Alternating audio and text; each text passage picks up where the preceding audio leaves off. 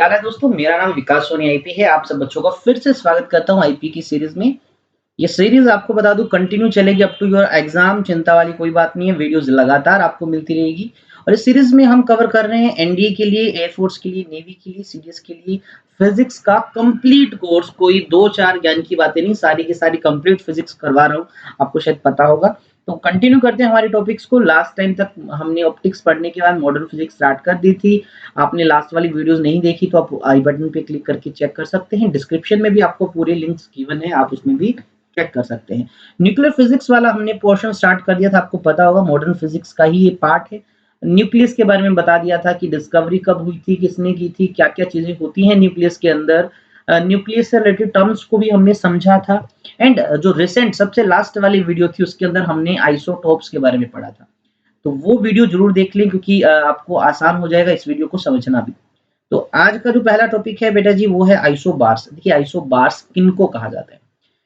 तो न्यूक्लियाई विच है, देखिए न्यूक्लियाई क्यों कहा गया, क्योंकि आइसोटोप तो आपको पता है सेम एलिमेंट के आइसोटोप्स हुआ करते हैं, लेकिन आइसोबार किसी सेम एलिमेंट के नहीं हुआ करते। आइसोबार हमेशा अलग अलग एलिमेंट्स के हुआ करते हैं, इसलिए लिखा गया दोज न्यूक्लियाई। यहाँ पर न्यूक्लियस के रिलेटेड तो ये टर्म्स हैं। देखिए ऐसे न्यूक्लियाई जिनका मास नंबर सेम हो, जरा ध्यान से सुनना, जिनका मास नंबर सेम हो लेकिन एटॉमिक नंबर डिफरेंट हो। अब आपको पता होगा किसी भी एलिमेंट को जब रिप्रेजेंट करते हैं उसका सिंबल होता है और नीचे उसका एटॉमिक नंबर लिखा होता है और ऊपर की तरफ बेटा जी उसका atomic mass number, sorry atomic mass नहीं बोलूंगा, मास नंबर लिखा होता है। अगर आप दो एलिमेंट्स को कंपेयर कर रहे हो, दो अलग अलग एलिमेंट्स को या दो अलग अलग न्यूक्लियाइज को कंपेयर कर रहे हो और उनके केस में ये जो बेटा जी ऊपर लिखा हुआ नंबर जिसको अपन मास नंबर बोलते हैं ये मिल जाए सेम, लेकिन ये जो नीचे एटॉमिक नंबर होता है जो पहचान होती है किसी एलिमेंट की वो आपको डिफरेंट मिल जाए, तो समझ जाइएगा कि वो आपस में क्या है, आइसोबार्स है। थोड़ा सा और इसको डिटेल में समझते हैं क्योंकि यहाँ पर कहा गया कि जो ए है, ए यानी जिसको अपन बोल रहे हैं मास नंबर, तो बेटा जी कहा गया कि इनके अंदर मास नंबर सेम है। अब एक्चुअल में मास नंबर होता क्या, मास नंबर होता है number of nucleons. Number of nucleons तो तुम्हें पता होगा, न्यूक्लियस के अंदर मौजूद प्रोटॉन्स और न्यूट्रॉन्स का जो टोटल संख्या है, टोटल जो नंबर है दैट इज आपका मास नंबर। और ये बेटा जी इनमें सेम होता है, यानी आप बोल सकते हो कि अगर आप अलग अलग एलिमेंट्स को देख रहे हो वो आइसोबार है तो उसमें प्रोटॉन और न्यूट्रॉन का जो सम है ना टोटल वो सेम होगा। तो डिफरेंट क्या है इनमें, डिफरेंट है जेड। आपको पता होगा जेड जिसको आप एटॉमिक नंबर बोलते हो, साथ ही साथ ये होते क्या है, ये होते हैं नंबर ऑफ प्रोटॉन्स आप बोल सकते हो। अच्छा अगर न्यूट्रल है वो तो आप इसको नंबर ऑफ इलेक्ट्रॉन्स की टर्म में भी बता सकते हो, यानी इनके अंदर जेड तो डिफरेंट होता है। मेरी बात को समझ पा रहे हैं। अच्छा इससे एक और बहुत अच्छा रिजल्ट आया कि अगर इनके अंदर नंबर ऑफ इलेक्ट्रॉन अलग अलग है और आइसोबार्स के नंबर ऑफ इलेक्ट्रॉन अलग अलग है तो तुम्हें पता होगा केमिकल प्रॉपर्टीज तो इलेक्ट्रॉन पे ही डिपेंड करती है, किसी के पास कितने इलेक्ट्रॉन है, तो यानी इनकी केमिकल प्रॉपर्टीज अलग अलग होंगी। देखो बहुत प्यारा रिजल्ट आया कि डिफरेंट इनकी केमिकल प्रॉपर्टीज होती है। अरे बात समझते जाना, बड़ी इंपॉर्टेंट बातें हैं, कभी नहीं भूलोगे इनको, अच्छे से समझ लोगी। तो एग्जाम्पल को उठाया सबसे पहले दो। देखो ये एग्जांपल कौन-कौन से मैं थोड़ा-सा डिस्कस कर देता हूँ। देखो हाइड्रोजन का तीसरा आइसोटोप, आपको शायद पता होगा इसको ट्रिटियम कहा जाता है। ये हाइड्रोजन का तीसरा रेडियोएक्टिव आपको पता होगा आइसोटोप है। इसी तरह से ये हीलियम का मैंने लिख दिया। तो ये दो अलग-अलग एलिमेंट है, आप देख पा रहे हो अलग-अलग एलिमेंट है। अच्छा अगर आप इसमें ध्यान दो, इसका एटॉमिक नंबर 1 है, इसका एटॉमिक नंबर 2 है, यानी आप देख पा रहे हो जो जेड है वो इन दोनों का डिफरेंट है, अलग-अलग है। तो मतलब पहले कंडीशन सही है। अच्छा ऊपर आपको पता होगा मास नंबर लिखा जाता है जिसको अपन ए से रिप्रेजेंट करते हैं, यानी इनका ए तो सेम है। तो बस यही तो चाहिए, इसका मतलब दीज आर आइसोबार्स। थोड़ा सा इनकी जन्म कुंडली को जब खंगाल के देखा जाता है तो थोड़ा सा डिटेल में झांकते हैं इनके कि भैया इनकी डिटेल में झांकने से हमें क्या जानकारी मिलती है। देखो थोड़ा सा समझ लेते हैं इसको। अब हाइड्रोजन का नंबर 1 है, यानी इसके पास एक प्रोटॉन है और इलेक्ट्रॉन भी तो एक होगा। अब न्यूट्रॉन कैसे निकालते हो, हमेशा ऊपर वाले में से ये नीचे वाला माइनस कर दो, 3 - 1 2, दो न्यूट्रॉन है। अब इसकी भी चेक कर लेते हैं जन्म कुंडली, तो इसका नंबर क्या है, 2 है एटॉमिक नंबर, तो प्रोटॉन 2 हुई। प्रोटॉन 2 है तो इलेक्ट्रॉन भी 2। तो न्यूट्रॉन कैसे निकालोगे, तो देखो अपर वाला नंबर होता है जो ए, उसमें से जेड को माइनस कर दो, 3 - 2 दैट इज 1। तो अगर इनके न्यूक्लियस के और पूरे एटम, गिवन एटम के, न्यूक्लियस की बात करोगे तो प्रोटॉन न्यूट्रॉन बता देना, और पूरे एटम की बात करें तो ये इनके अंदर की चीजें हैं। अब जरा आप ध्यान से देख पा रहे हो तो ना तो इनके प्रोटॉन बराबर, ना ही इनके इलेक्ट्रॉन बराबर, ना ही न्यूट्रॉन, मतलब तीनों में से कोई भी नंबर बराबर नहीं होता। तो बराबर होता क्या है, बराबर होता है प्रोटॉन और न्यूट्रॉन दोनों का सम। ये बेटा जी इनमें सेम होता है, ठीक है ना, ये इनमें सेम होता है। ये बस सबसे मेन चीज है। अच्छा, नंबर ऑफ इलेक्ट्रॉन अलग-अलग है तो यानी केमिकल प्रॉपर्टीज भी अलग-अलग होगी, ये मैं ऑलरेडी बता चुका हूँ। अच्छा, क्या और भी आइसोटोप हैं? बहुत सारे आइसोटोप हैं, सिर्फ ये 2-4 नहीं होते। जैसे ऑक्सीजन का तुम देख पा रहे हो, एक आइसोटोप लिखा हुआ है, फ्लोरीन का एक आइसोटोप लिखा गया है। ये आपस में क्या है बेटा जी, आपस में आइसोबार्स है। देख पा रहे हो ऊपर 17, इसके भी 17, नीचे वाला अलग-अलग है। यहाँ पर देखो 14 फिर से आइसोटोप होंगे, आइसोबार्स होंगे। ठीक है, इस तरह से काफ़ी सारे एग्ज़ाम्पल हैं। सिर्फ ये 3 ही पेयर नहीं है, बहुत सारे पेयर्स बनाए जा सकते हैं, आप उनको देख सकते हैं। चलो जी, नेक्स्ट हमारा जो पॉइंट है वो है आइसोटोन्स। देखो, टोन हमारी आवाज की बात नहीं की जा रही। अब देखो, पहले वाले में आइसोबार्स में हम कहते थे कि जिनका एटॉमिक नंबर सेम हो, मास नंबर अलग-अलग हो। आइसोबार में उल्टा बोल दिया कि हमने कहा मास नंबर सेम है, एटॉमिक नंबर अलग-अलग है। अब आइसोटोन्स में क्या कहा जाएगा? देखो, आइसोटोन्स उनको कहा जाता है, उन न्यूक्लियाइज को कहा जाता है जिनका इक्वल नंबर ऑफ न्यूट्रॉन्स हो, जिनके अंदर नंबर ऑफ न्यूट्रॉन्स सेम हो, यानी ये न्यूट्रॉन की वजह से ये कहलाते हैं। अब न्यूट्रॉन निकालते कैसे हैं? बहुत बार तुम्हें बता चुका हूँ। आप सिंपली क्या कीजिए, मास नंबर में से एटॉमिक नंबर को माइनस कर दें। यानी ये जो Z माइनस A होता है, यही तो होते हैं नंबर ऑफ न्यूट्रॉन्स। यानी ये चीज़ सेम आ गई तो समझ लीजिए वो आइसोटोन है। तो बहुत आसान है सर। किसी भी एलिमेंट में Z ऊपर लिखा होता है, A नीचे लिखा होता है ना? सॉरी, A ऊपर लिखा होता है, Z नीचे लिखा होता है। इनका डिफरेंस निकालो, अगर वो सेम आ रहा है तो यानी आइसोटोन्स है। ज़रा चेक करिए, क्या 9 में से 4 अगर माइनस करते हैं 5 आता है? सर बिल्कुल आता है। 10 में से 5 माइनस करो 5 आता है? बिल्कुल। यानी दोनों एलिमेंट के अंदर 5-5 न्यूट्रॉन हैं, तो यानी आपस में आइसोटोन्स हुए। अच्छा, दूसरे पेयर को उठा के देखा तो देखो 13 माइनस 6 आपको पता है 7 होगा। 14 माइनस 7 तो भी 7 होगा। तो इनके अंदर नंबर ऑफ न्यूट्रॉन 7 है, तो ये पेयर भी आइसोटोन्स का हुआ। यहाँ देखो 18 माइनस 8 10, 19 माइनस 9 10, अगेन ये पेयर जो है वो आइसोटोन्स का है। इसी तरह से आप इस पेयर को देखो, इस पेयर को, किसी भी पेयर को देखो, जो Z माइनस A है बेटा जी, वो इसमें क्या होना चाहिए, वो इसके अंदर सेम होना चाहिए। ये चीज़ इसकी ज़रूरी कंडीशन है। चलो इसकी भी जन्म कुंडली निकाल के देखते हैं। कोई एक रैंडम सा एग्जांपल उठाते हैं। पहला ही एग्जांपल इसका उठा लेते हैं। कौन सा है बेटा जी इसका पहला example?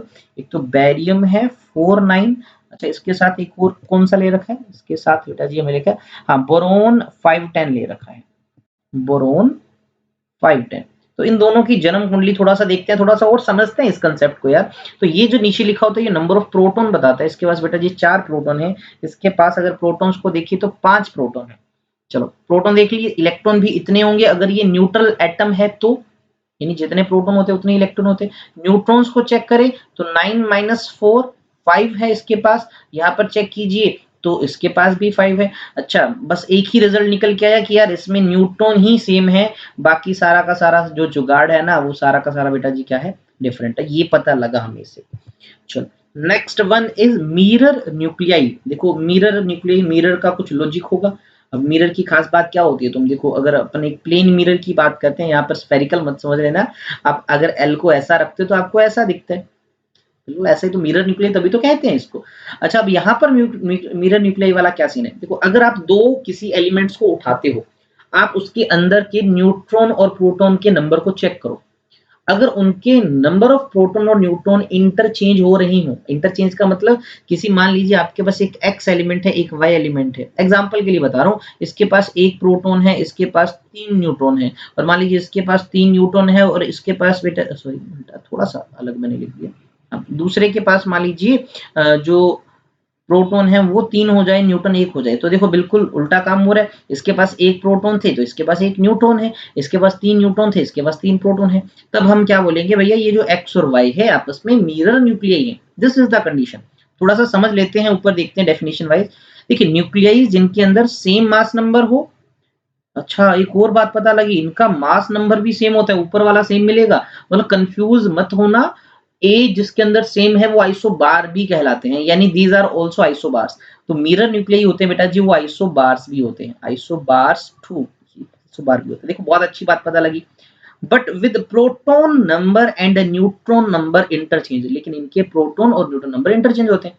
And whose atomic number differ by 1। अच्छा, एक और खास बता दी कि एटॉमिक नंबर 1 से डिफर करता है, मतलब एटॉमिक नंबर अलग-अलग होना चाहिए। अब देखो जरा एटॉमिक नंबर का डिफरेंस, ये 1 है तो ये 2 है, तो डिफरेंस बेटा जी कितना हुआ, 1 का हुआ। ये 3 है तो ये 4 है, तो डिफरेंस कितने का हुआ, 1 का हुआ।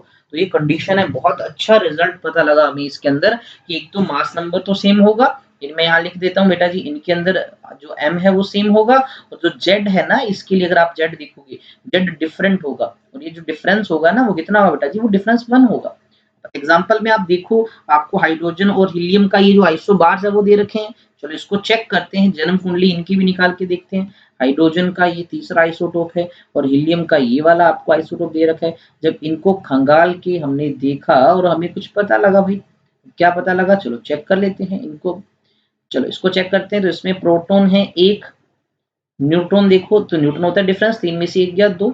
अच्छा इसका चेक किया, इसके पास प्रोटॉन है 2, न्यूट्रॉन चेक किया तो 3 माइनस 2 1। बिल्कुल सही तो कह रहा है, देखो इसके पास 1 प्रोटॉन तो इसके पास 1 न्यूट्रॉन, इसके पास 2 न्यूट्रॉन तो इसके पास 2 प्रोटॉन, तो बिल्कुल मिरर न्यूक्लियाई वाली कंडीशन होगी ना। तो यानी ये दो आइसोबार आपस में क्या है, मिरर न्यूक्लियाई है।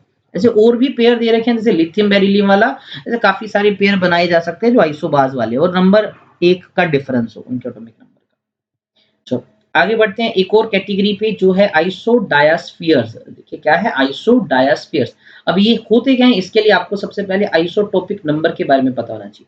आप क्या कीजिए, किसी भी पर्टिकुलर एलिमेंट, अब देखो एलिमेंट को मैं बना देता हूँ, जैसे जेड नाम से कोई एलिमेंट, एक्स नाम से कोई एलिमेंट है, जेड उसका एटॉमिक नंबर है और ए उसका मास नंबर है। अब क्या कीजिए, उसके मास नंबर में से 2 times of atomic number mass minus कर दें। क्या कीजिए, आपने उसके ए में से माइनस करना है किसको, 2 टाइम्स ऑफ जेड को। देखो A minus 2 times of Z, A minus 2 times of Z, इसको माइनस कर दीजिए बेटा। जो ये नंबर आता है, इस नंबर को आइसोटोपिक नंबर कहा जाता है। क्या कहा जाता है, आइसोटोपिक नंबर कहा जाता है। अगर किन्हीं अलग अलग एलिमेंट्स के अंदर आइसोटोपिक नंबर बराबर हो तो वो आइसोडायस्फीयर्स कहलाते हैं। फिर से सुन लीजिए, आपने करना क्या है, आपने ये कैलकुलेट करना है a माइनस 2 जेड को। अगर बेटा जी ये क्या आ जाए, ये सेम आ जाए, ठीक है ना, दो अलग अलग पेयर्स के लिए जिस भी आप पेयर को चेक कर रहे हो, तो वो आइसोडायस्फीयर्स कहलाएंगे।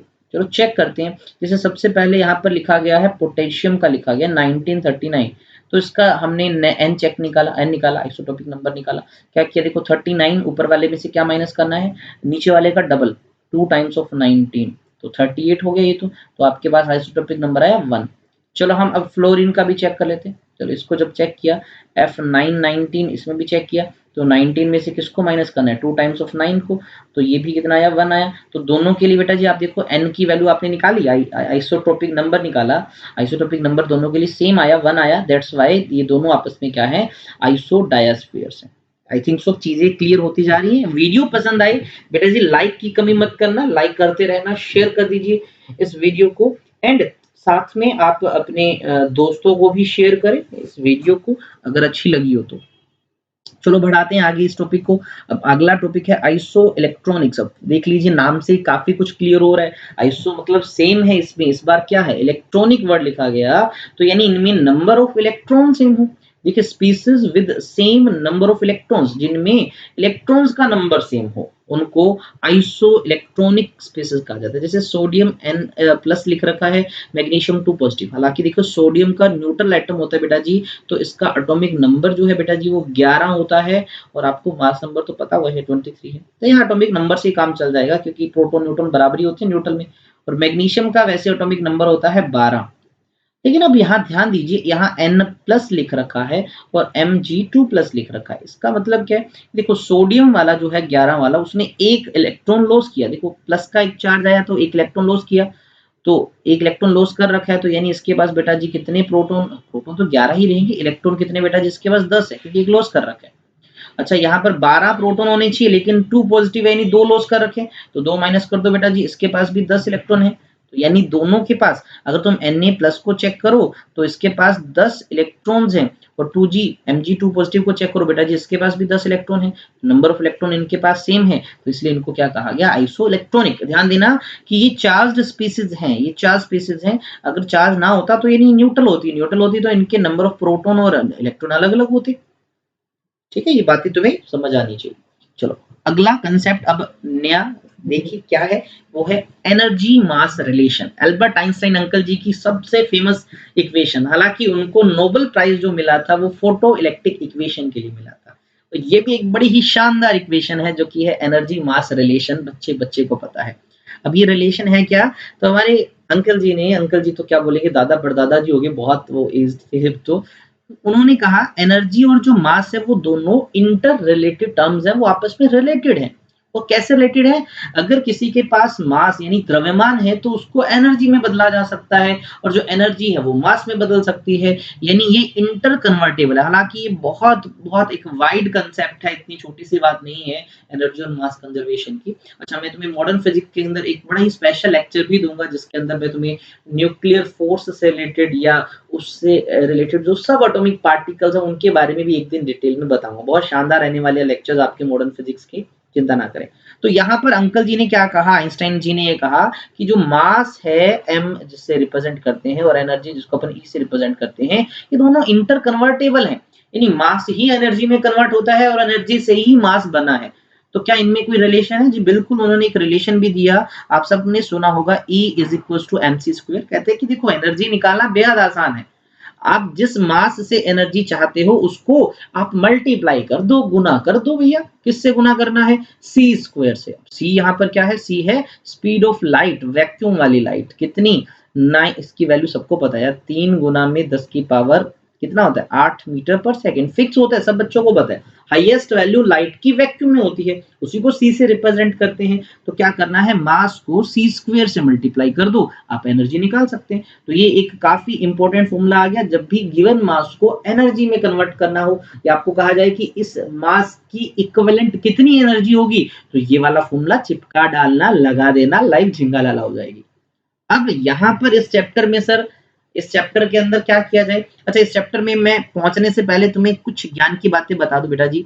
अब ये अगर आप फॉर्मूला देखो तो उसमें लिखा गया है m इंटू सी स्क्वायर। अब आपको पता है बेटा जी, ये जो स्पीड है वो तो 3 गुना 10 की पावर 8 मीटर पर सेकंड है। मीटर पर सेकंड यूनिट यूज करते हैं और मास का ऐसा यूनिट होता है बेटा जी किलोग्राम। सर बिल्कुल पता है हमें, ये बात तो बताने की क्या बात है। अब देखो, अगर तुम मास को किलोग्राम में लिख रहे हो, आप स्पीड को मीटर पर सेकंड में लिख रहे हो, तो जब आप एनर्जी को कैलकुलेट करोगे वो एनर्जी आपके पास किस में आ जाएगी? जूल में आएगी, क्योंकि जूल ही तो ऐसा यूनिट है। और अगर इस मॉडर्न फिजिक्स में झांका जाए, देखा जाए, गौर किया जाए भाइयों, तो इसके अंदर हम मास के लिए एक और यूनिट यूज करते हैं, क्योंकि यार किलोग्राम तो बहुत बड़ा यूनिट है। अब एटम जैसी चीजें, इलेक्ट्रॉन जैसी चीजें तो बहुत छोटी हैं और इनकी मास तो बहुत थोड़ा होता है। तो हम किलोग्राम की बजाय बेटा जी यहाँ पर एक अलग यूनिट यूज करते थे, आपको याद होगा एएमयू, एटॉमिक मास यूनिट। मैं बता चुका हूँ मेरी प्रीवियस वीडियोस के अंदर, अगर देख लेना, नहीं देखी तो एएमयू जिसको सिंपली बेटा जी यू भी लिखा जाता है, एटॉमिक मास यूनिट, ये यूनिट ही होता है, आपको पता है। हालांकि कन्वर्जन भी तुम्हें पता है कि 1 AMU is equal to 1.67 multiply by 10⁻27 kilogram. तो लेकिन मास को हम यू में मेजर कर रहे हैं। अगर मास को यू में मेजर कर रहे हो तो एनर्जी को क्या जूल में मेजर करते हो? नहीं सर, जूल में नहीं करते। यहाँ पर रिसेप्टर की बात की जाए तो यहाँ पर एनर्जी को मेजर किया जाता है सर किसके अंदर? इलेक्ट्रॉन वोल्ट के अंदर। या सर उससे थोड़ी सी ज्यादा हो तो किलो इलेक्ट्रॉन वोल्ट में लिख दो, सर उससे भी थोड़ी ज्यादा हो तो आप मेगा इलेक्ट्रॉन वोल्ट में लिख दो। तो ये कुछ कॉमन यूनिट्स हैं एनर्जी के। तो यानी इस चैप्टर में मास अगर हमारा एएमयू है तो एनर्जी को हमें बेटा जी इनमें से किसी यूनिट में लिखना पड़ेगा। इलेक्ट्रॉन वोल्ट भी बता चुका हूँ मॉडर्न फिजिक्स में, पीछे वाली वीडियोस देख लेना भैया, इसके बगैर काम नहीं चलने वाला। तो बेटा जी तो इसमें हमें बदलना पड़ेगा। तो यानी यही तो ध्यान रखना आपने। क्या क्वेश्चंस अगर आते हैं, अगर आप मास को बेटा जी किलोग्राम में लिख रहे हो तो एनर्जी आएगी जूल में, और एएमयू में कर रहे हो तो उसको तुम्हें, तो लंबा सारा काम है सर। एएमयू को पहले केजी में बदलेंगे, केजी में एनर्जी जूल में आएगी, फिर जूल वाले को सर इलेक्ट्रॉन वोल्ट या फिर किलो इलेक्ट्रॉन वोल्ट या फिर मेगा इलेक्ट्रॉन वोल्ट में बदलेंगे। तो लंबा चौड़ा काम है, तो इसके लिए कुछ चीजें शॉर्ट में भी है। देखो वही तो बता रहा हूँ। अगर मास हमारा 1 एएमयू है, कहता है अगर हमारा मास हमने 1 एएमयू ले रखा है, एएमयू भी बता के गया, एटॉमिक मास यूनिट, तो सी तो तुम्हें पता ही यार इतना होता है। तब जब आप एनर्जी कैलकुलेट करोगे वो जूल में आएगी, कि पहले तुम एएमयू को किलोग्राम में बदलोगे, फॉर्मूले में पुट करोगे, एनर्जी आएगी जूल में आएगी, तो फिर बाद में तुम उसको जब बदलोगे वो तुम्हारे पास मेगा इलेक्ट्रॉन वोल्ट में कितनी आएगी? 931, 931। हालांकि एग्जैक्टली 931.5 के आसपास होता है, बस याद रख लो, बहुत है। 931 मेगा इलेक्ट्रॉन वोल्ट एनर्जी आएगी। तो डायरेक्ट याद रख लो यार, क्यों कन्वर्ट कर रहे हो, डायरेक्ट याद करो। 1 एएमयू या फिर 1 यू मास के इक्विवेलेंट जो एनर्जी है वो कितनी होगी? 931 मेगा इलेक्ट्रॉन वोल्ट होगी। ठीक है, ये बात समझ लेना, लिख भी रखा है देखो। 1 AMU is equivalent to 931 mega electron volt, या 1 एएमयू से मिलने वाली या 1 यू से मिलने वाली एनर्जी 931 मेगा इलेक्ट्रॉन वोल्ट है। तो बहुत अच्छी बात लिख दी है। तो अब क्या करना है आपको, कोई ज्यादा चिंता करने वाली बात ही नहीं है। अब हमें पता लग गया यार 1 यू जो है वो एक्चुअल में किसके बराबर होता है, 1 यू होता है 931 mega electron volt divide by C square, या सी स्क्वायर की वैल्यू ये तुम पुट कर देना कहीं पर भी, अगर तुम्हें मास किस में दिया हो, यू में दिया हो। तो सर इसका क्या जुगाड़ है, देखो अब बेटा जी E is equal to M C square सबको पता है, सर सबको पता है, तुम्हें कितनी बार बताओगे। देखो अगर ये किलोग्राम में ले रहे हो, ये तो है ही मीटर पर सेकंड में, ये अपने आप जूल में आ जाएगा। लेकिन अगर इस चैप्टर की बात करें तो मास किलोग्राम में नहीं दिखने वाला, इस चैप्टर की बात करें तो मास जनरली हमें बेटा जी किस में मिलेगा, मास हमें मिलेगा यू में, एटॉमिक मास यूनिट में। तो क्या करना, सी स्क्वायर की वैल्यू 3 गुना 10 की पावर 8 मीटर पर सेकंड मत यूज करो, जो पीछे लिखा था, पीछे क्या लिखा था 931 mega electron volt divide by C square ठीक है ना, यही तो है, नहीं सॉरी कुछ गलत लिखा, हाँ सी स्क्वायर की वैल्यू बाई यू है, यहाँ पर यू है, यहाँ पर बेटा जी सी स्क्वायर नहीं, नीचे डिवाइड में यू है, ये वैल्यू पुट कर दीजिए। ये सी स्क्वायर की वैल्यू, ये पूरी वैल्यू बेटा जी सी स्क्वायर की है। अब इससे होगा क्या, इससे आप जब एनर्जी निकालोगे तो इस यू से ये यू कैंसिल हो जाएगा, यहाँ पर जो भी मास लिखा हुआ है 931 से मल्टीप्लाई करके आपका जो भी आंसर आएगा बेटा जी वो मेगा इलेक्ट्रॉन वोल्ट में आ जाएगा डायरेक्टली। तो तुम ऐसी चीजें कर सकते हो, ठीक है। चलो अब आई थिंक सो तुम्हें ये रिलेशन समझ आ गया होगा, कैसे यूज करनी है, कैसे चीजें तुम्हें मिलेंगी कौन से यूनिट में, वो सारी चीजें मैं तुम्हें ऑलरेडी बता चुका हूँ। And now comes very important point, very important topic। इस चैप्टर में इस पे क्वेश्चन आए हुए हैं, मैं बता दूं न्यूक्लियर फोर्स क्या है, इसका एक और नाम है, इसको स्ट्रॉन्ग न्यूक्लियर फोर्स भी कहा जाता है। क्या कहा जाता है इसको, स्ट्रॉन्ग न्यूक्लियर फोर्स, क्योंकि बहुत स्ट्रॉन्ग है, नेचर का सबसे स्ट्रॉन्ग फोर्स है। लिखा मिल जाएगा आगे तुम्हें प्रॉपर्टीज में। तो इसको बेटा जी स्ट्रॉन्ग न्यूक्लियर फोर्स भी कहा जाता है। एक वीक न्यूक्लियर फोर्स भी होता था, उसको बाद में हालांकि यूनिफाई करके इलेक्ट्रोमैग्नेटिक फोर्स में डाल डाल दिया गया है ना, एक वीक न्यूक्लियर फोर्स। कहानी उसकी भी बड़ी अमेजिंग है, उसके भी बात करेंगे मॉडर्न फिजिक्स के अंदर। तो सबसे पहले सर इसके बारे में तो बता दो कि ये न्यूक्लियर फोर्स है क्या। अरे मैंने तुमसे एक पहले प्रश्न पूछा, मैंने तुमसे प्रश्न पूछा, देखो क्या चीजों के अंदर फोर्स लगता है, अरे सर लगता है फोर्स, अरे फोर्स लगता क्यों है, हर फोर्स को लगने के लिए कोई ना कोई चीज रिस्पॉन्सिबल होती है। जैसे मास की वजह से ग्रेविटेशनल फोर्स लगता है, चार्ज की वजह से इलेक्ट्रोस्टैटिक या जिसको इलेक्ट्रोमैग्नेटिक फोर्स बोलते हैं वो लगता है ना। ऐसे रीजन होते हैं हर फोर्स के लिए। तो मैंने तुमसे कहा एक बात पूछी, देखो एक प्रोटॉन ये रहा, एक प्रोटॉन ये रहा, बोले सर प्रोटॉन प्रोटॉन पे प्लस का चार्ज है, ये मत बताना हमें पता है पहले से। बोला अच्छी बात है, प्लस पता है तो। देखो प्रोटॉन प्रोटॉन पे प्लस का चार्ज, चार्ज की वजह से फोर्स लगता है, उसको बोलते हो तुम इलेक्ट्रोस्टैटिक फोर्स। तो ये प्रोटॉन प्रोटॉन एक दूसरे को दूर धकेलेंगे, सर धकेलेंगे, बिल्कुल धकेलेंगे, क्योंकि इनके बीच में कौन लग रहा है, इलेक्ट्रोस्टैटिक फोर्स लग रहा है, ये इनको पास नहीं आने देंगे, दूर भगा देंगे। पक्की बात है, बिल्कुल सर पक्की बात है। अच्छा मैंने कहा न्यूट्रॉन न्यूटन की बात बताओ, अरे न्यूटन न्यूटन सर पढ़े रहेंगे, कोई दिक्कत नहीं, इस पे कौन सा चार्ज है, ये कौन सा फोर्स लगा रहा है, पक्की बात है सर पक्की बात है। मैंने तुमसे कहा देखो ये है न्यूक्लियस, न्यूक्लियस के अंदर एक नहीं कई सारे प्रोटॉन है, अगर किसी एलिमेंट के तुमने न्यूक्लियस को देखा तो उसमें बहुत सारे प्रोटॉन है। अरे ये प्रोटॉन आपस में कैसे एक साथ बैठे हैं, अगर प्रोटॉन प्रोटॉन एक दूसरे को रिपेल करता है, अगर उनके बीच में इलेक्ट्रोस्टैटिक फोर्स लगता है, तो ये सारे एक साथ न्यूक्लियस के अंदर क्यों बैठे हैं, कोई तो मजबूरी होगी, किसी ने तो उनको बांध के रखा हुआ है। सर बिल्कुल सर किसी ने तो बांध के रखा होगा, क्योंकि इलेक्ट्रोस्टैटिक फोर्स लग रहा है, इनको तो दूर धकेलना चाहिए, ये तो रिपेल करनी चाहिए, क्यों पास पास बैठे हैं इतनी दुश्मनी होने के बावजूद भी। अरे उस दुश्मनी को हटाया, कोई तो प्यार करने वाला बिठाए हुए यहाँ पर, और वो प्यार करने वाला कोई और नहीं, वो स्ट्रॉन्ग न्यूक्लियर फोर्स है। तो स्ट्रॉन्ग न्यूक्लियर फोर्स एक ऐसा फोर्स है जो क्या करता है, कीप रखता है इन न्यूक्लियंस को बांध कर, किसके अंदर, न्यूक्लियस के अंदर। ये न्यूक्लियॉन्स, ये प्रोटॉन और न्यूट्रॉन, न्यूक्लियन उनका कॉमन नाम है तुम्हें पता है, ये प्रोटॉन और न्यूट्रॉन कंबाइंड एक जगह न्यूक्लियस के अंदर बैठे हुए हैं, किसी ने तो इनको बांध के रखा है, कोई तो ऐसा फोर्स है, कोई तो ऐसा फोर्स है जो इनको बांध के रखे हुए, वही फोर्स न्यूक्लियर फोर्स कहलाता है। ये देख लो इलेक्ट्रोस्टैटिक फोर्स से भी ज्यादा पावरफुल है, इलेक्ट्रोस्टैटिक फोर्स नेचर का दूसरे नंबर का स्ट्रॉन्ग फोर्स है, पहले नंबर का ये मेरे भाई, इलेक्ट्रोस्टैटिक फोर्स लगने के बावजूद भी इसने उनको बांध रखा है, दो नहीं तीन नहीं। अगर आप यूरेनियम जैसे एलिमेंट की बात करो यार, 92 एटॉमिक नंबर है उसका, 92 नंबर ऑफ प्रोटॉन्स है, इतने सारे प्रोटॉन एक न्यूक्लियस के अंदर रिपेल नहीं कर रहे, क्या कर रहे हैं, लेकिन उन रिपल्शन के बावजूद उससे भी एक बड़ा स्ट्रॉन्ग फोर्स है ये न्यूक्लियर फोर्स। और मैं बताना चाहूंगा इस फोर्स को चार्ज से कोई लेना देना नहीं है, क्योंकि न्यूक्लियंस, न्यूक्लियॉन्स तुम्हें पता है प्रोटॉन और न्यूट्रॉन का कंबाइंड नाम है, न्यूट्रॉन भी तो बैठा है न्यूक्लियस के अंदर, ये चार्ज वाला फोर्स नहीं है। मैं पहले बता दूं, दिमाग से ये हटा दो, चार्ज की वजह से फोर्स इलेक्ट्रोस्टैटिक होता है, ये विदाउट चार्ज वाला फोर्स है, चार्ज इंडिपेंडेंट फोर्स है। आगे लिखा मिलेगा तुम्हें, एक बार के लिए समझो, न्यूक्लियंस को न्यूक्लियस में बांध के रखने वाला ये फोर्स है स्ट्रॉन्ग न्यूक्लियर फोर्स। ठीक है, न्यूक्लियस तुम्हें पता है, मैं बार बार बोल रहा हूँ, प्रोटॉन और न्यूट्रॉन का कंबाइंड नेम है। इलेक्ट्रोस्टैटिक रिपल्शन है, लेकिन ये उससे स्ट्रॉन्ग है जिसने उनको बांध रखा है। यहां तक की कहानी समझ आई होगी। अच्छा, इस फोर्स के बारे में सर कुछ तो बता दो, ये फोर्स बड़ा खास फोर्स है, इतना गुणगान किया जा रहा है, तो इसकी प्रॉपर्टी जानना बहुत जरूरी है। तो देखो, स्ट्रॉन्ग न्यूक्लियर फोर्स या न्यूक्लियर फोर्स एक ही बात है, मैं बार बार बता रहा हूँ। पहली property, property number 1, strongest force है नेचर का, नेचर का सबसे शक्तिशाली, भैया सबसे शक्तिशाली, सुपरमैन से भी ज्यादा पावरफुल फोर्स है ये। ठीक है, सबसे ज्यादा स्ट्रॉन्ग यही होता है। दूसरे नंबर पे अगर बात की जाए वो इलेक्ट्रोस्टैटिक फोर्स है, चार्जेस वाला फोर्स।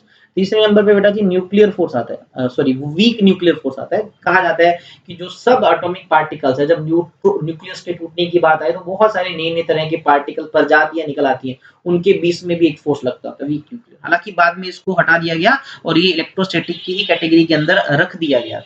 एंड नेचर का सबसे वीक फोर्स तो तुम्हें पता है, हमारी धरती माता वाला ग्रेविटेशनल, अरे धरती माता नहीं, हर चीजों में ये फोर्स लगता है मास की वजह से, तो सबसे वीक होता है वो वाला फोर्स। कहानियां तुम्हें पता है, तो ये सबसे स्ट्रॉन्ग है, ये कहानी याद रखना। दूसरा, ये शॉर्ट रेंज फोर्स है, मतलब ऐसा नहीं है कहीं से भी फोर्स लग जाएगा। इस फोर्स को लगने के लिए न्यूक्लियस को बहुत ज्यादा नजदीक आना पड़ेगा, बहुत ज्यादा इंटीमेट कनेक्शन होना चाहिए उनका। अप टू फर्मी के अंदर, देखो मैं क्या लिख रहा हूँ यहाँ पे, अप टू फर्मी में ये डिस्टेंस होना चाहिए। फर्मी का मतलब तो तुम समझते ही हो, 10 की पावर -15 मीटर की रेंज, इतना नजदीक सर, अरे नजदीकियां बढ़ेंगी तभी तो पास आएंगे। तो ये रेंज होनी चाहिए, इसलिए इसको शॉर्ट रेंज फोर्स कहा जाता है। अगला पॉइंट देखो, attractive as well as repulsive. अरे भैया अट्रैक्टिव भी है रिपल्सिव भी, सर ये क्या हो गया, अभी भी तो बता रहा था ये न्यूक्लियस को बांध के रखता है, अभी बोल रहे रिपल्सिव। अरे बिल्कुल, ये फोर्स बड़ा ही अजीब है, अट्रैक्टिव भी होता है, रिपल्सिव भी हो जाता है। कब अट्रैक्टिव होता है, देखो जब दो न्यूक्लियस का, अब न्यूक्लियस बोल दिया तो कुछ भी हो सकता है, प्रोटॉन न्यूट्रॉन मत बनाना। तो कहते हैं कि जब दो न्यूक्लियस के बीच का डिस्टेंस 0 से 0.8 फर्मी होगा, देखो बहुत ही थोड़ा डिस्टेंस है, ज्यादा नजदीकियां भी घातक होती हैं, इतनी ज्यादा नजदीकियां होने पर ये रिपल्सिव फोर्स हो जाता है। और अगर डिस्टेंस जब तक 0.8 से लेके 10 फर्मी तक हो तो ये अट्रैक्टिव फोर्स है। तो नजदीकी बहुत ज्यादा भी ना हो, बहुत दूर भी ना हो, 0.8 से 10 फर्मी तक ठीक है सर, यही तो बहुत काम की चीज है।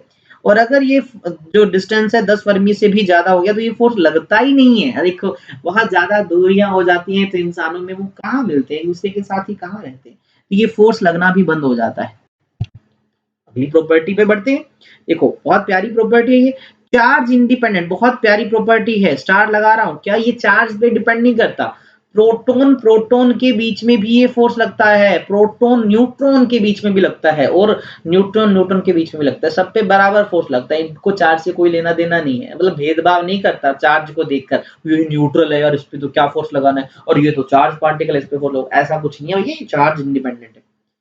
नॉन सेंट्रल है, सेंटर देखो सेंट्रल फोर्स होते क्या है, देखिए अगर दो चीजों के बीच में कुछ फोर्स लग रहा हो और वो दोनों एक दूसरे को सेंटर से अट्रैक्ट कर रहे हो या रिपेल कर रहे हो, मतलब उनकी लाइन जॉइनिंग पे फोर्स लग रहा हो, वो सेंट्रल कहलाते हैं। लेकिन इनमें ऐसा कोई चीज नहीं होता, ये नॉन सेंट्रल फोर्स होते हैं, ना ही ये कंजर्वेटिव फोर्स होते हैं। यानी न्यूक्लियर फोर्स की वजह से जो वर्क होता है वो पाथ डिपेंडेंट होता है, यानी ये पाथ इंडिपेंडेंट नहीं है, ये नॉन कंजर्वेटिव फोर्स है। ठीक है ना, ये बातें थोड़ी थोड़ी दिमाग में होनी चाहिए।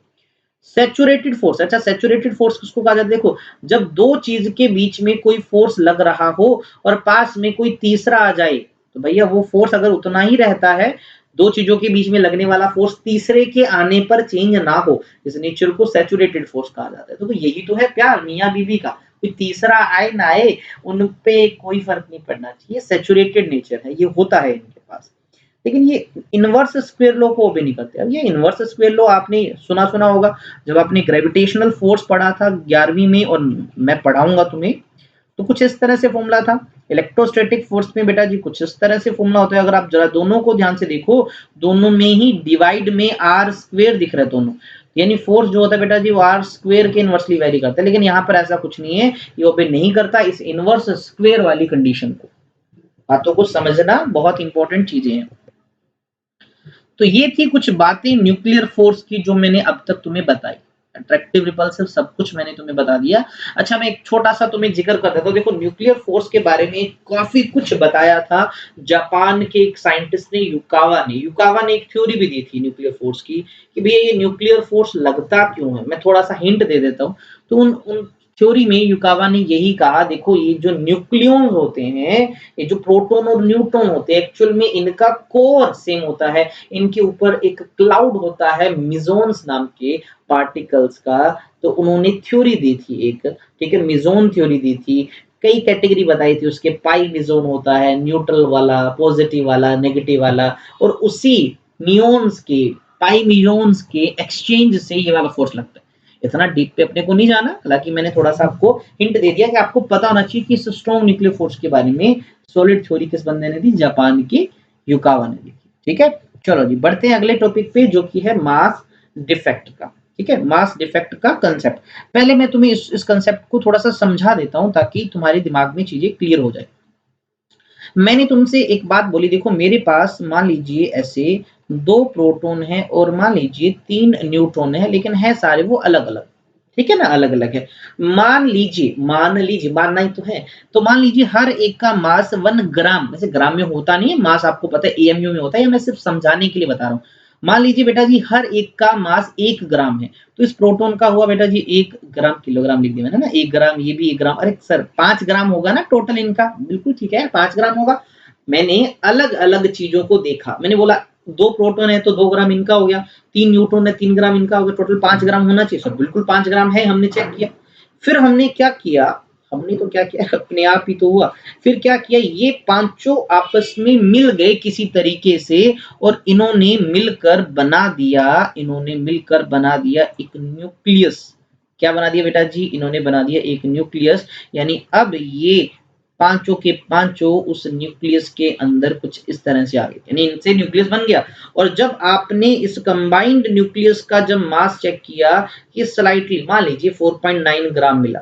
सर ये क्या, पर सर यहाँ पर कंजर्वेशन ऑफ मास का क्या हुआ, जब वो 5 पहले थे अब भी 5 है, पहले उनका मास 5 ग्राम था और अब 4.9 ग्राम। सर ऐसे गड़बड़ थोड़ी हो सकती है, अरे होती है ये गड़बड़।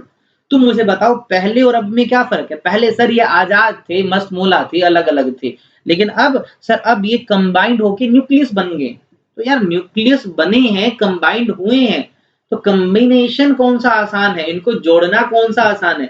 जोड़ने के लिए कुछ एनर्जी लगाई होगी ना, सर बिल्कुल लगाई होगी एनर्जी। वो कहाँ से आई, वो कहीं अलग से नहीं आई।